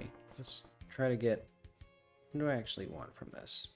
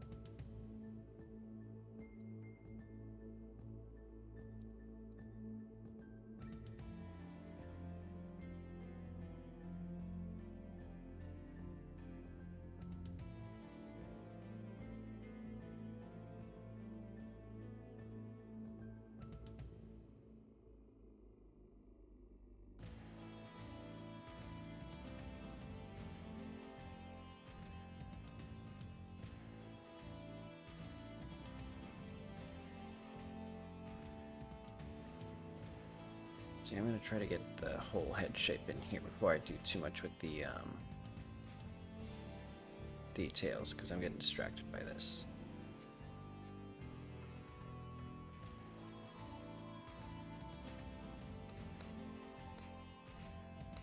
Because it doesn't have to be...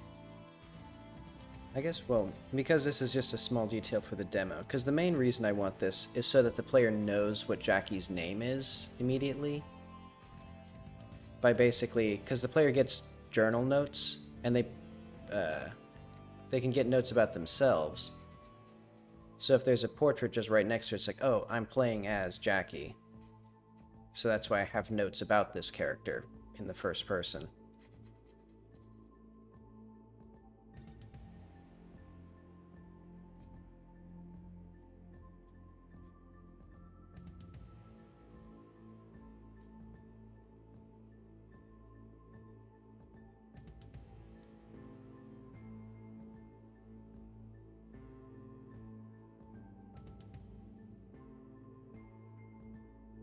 I sit pretty low on her head.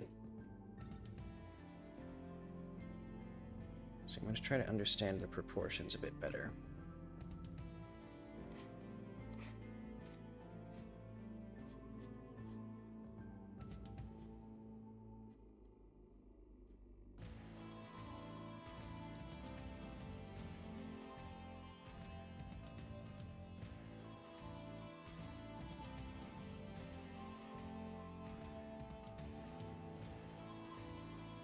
I think she'd be okay. I think for simplicity's sake, I'm going to make her canonically about as skilled as I am.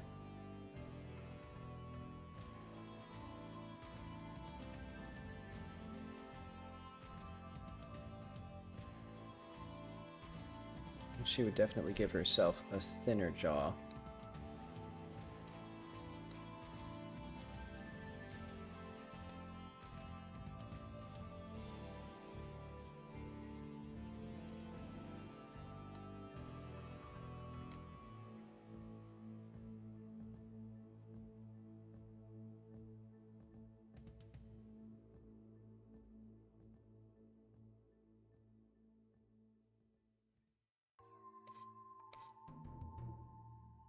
Do I want to do it head tilt? Do I? I don't know if I got the artistic chops to pull off a head tilt without some warming up, because I haven't drawn in a while.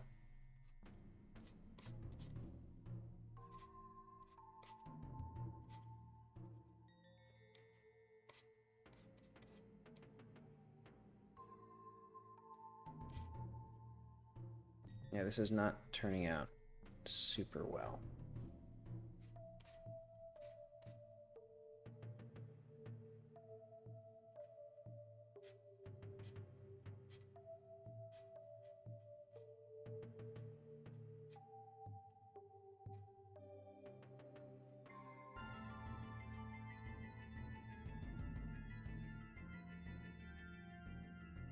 Eh.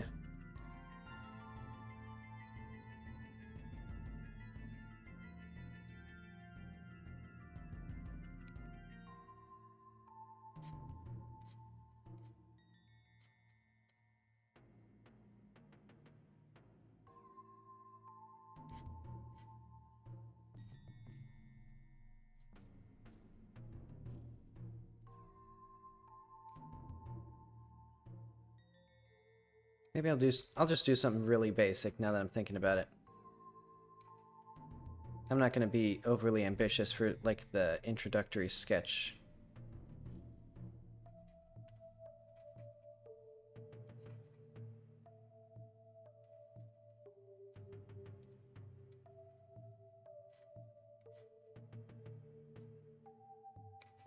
There we go. Now it's turning out not weirdly bad, because it's just...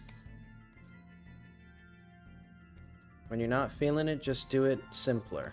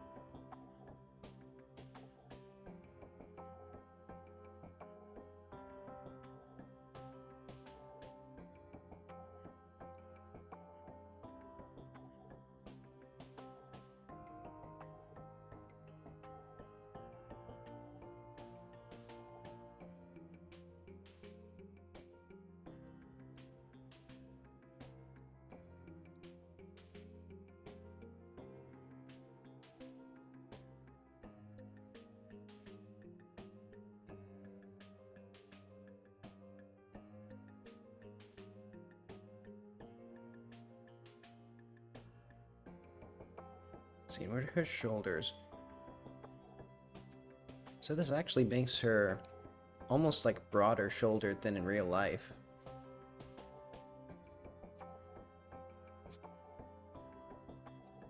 I guess she would do a very simple, like, arc down.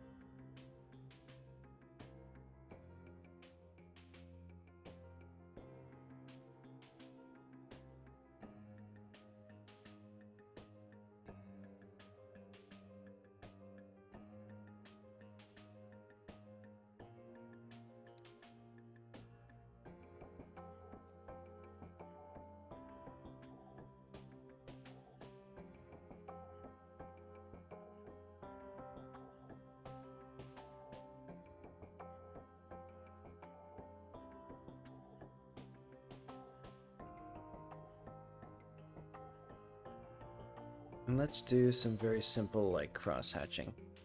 I may want to make... I'll have to figure out what I want to do for the style of all these sketches, because this is sort of inconsistent with her other sketches.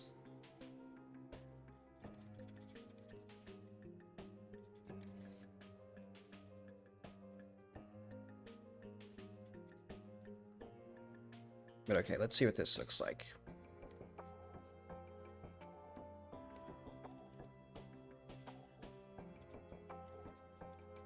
It's okay.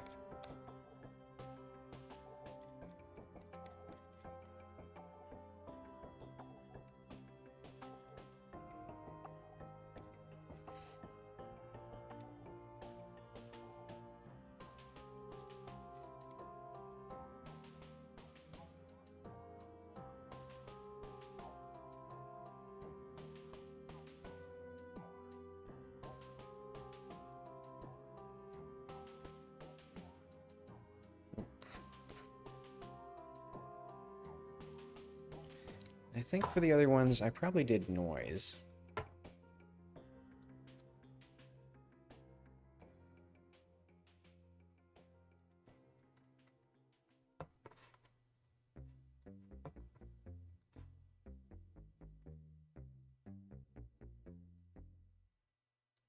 Multiply.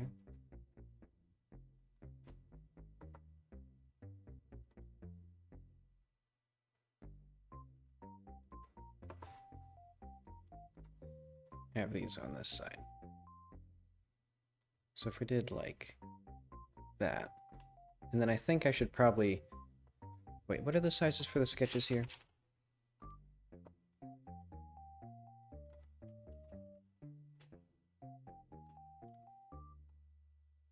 Where's my journal? Okay, let's save this as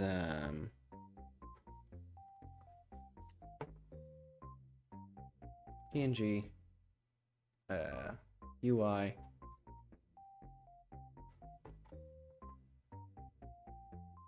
notes people. Okay.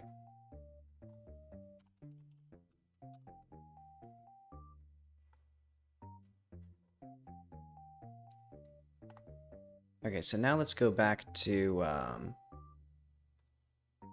the display. And I'll drag the chat over here as well. Yeah. Okay, so I need to remember how big these were. So notes, people. Okay, so these are 400 by 400.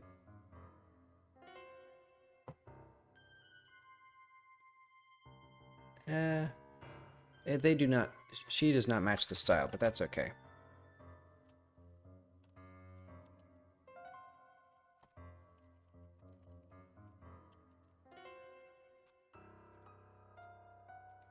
Well, what if I just did that?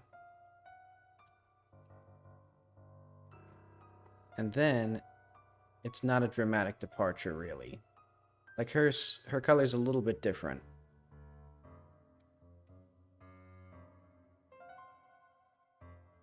Oh, wait, no, and Mom would not have a sketch, so let's rename this to... Actually, let's just straight up delete this one. Because Jackie doesn't know what her mom looks like.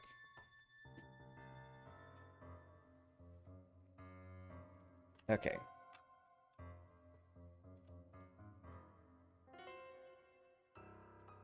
Let's see how the game looks with these notes.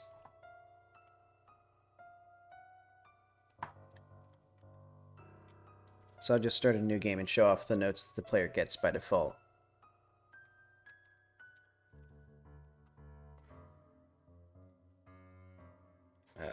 There we go.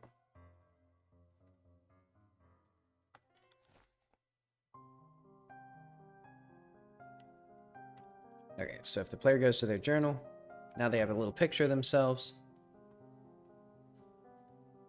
And they don't have a picture of their mother, and they have the notes about Vishar. And that's the little town that they're in. So that should hopefully tell the player like where they are, who they want to know. Points of interest near them.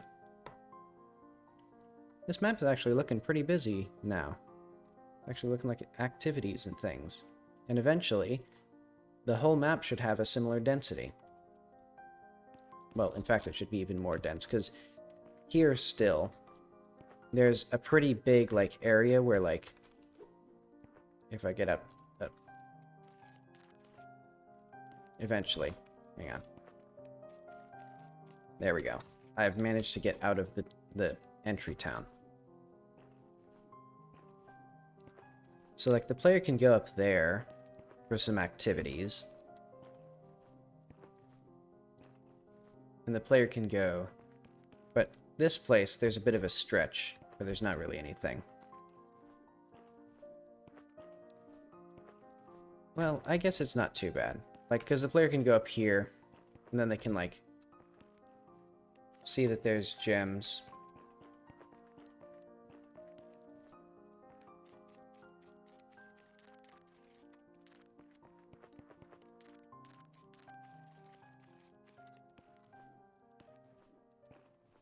Yeah, I guess it's...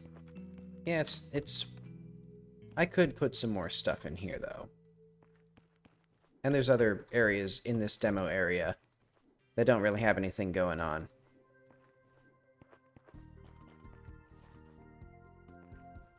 But I won't sweat it too much. So yeah, this is... good enough. So let's put that in here.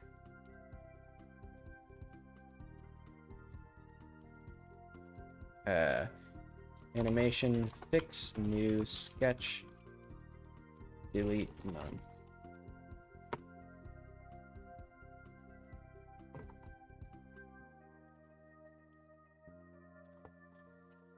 Let's see, and it's 9:30 here, so I've been streaming for 4 hours.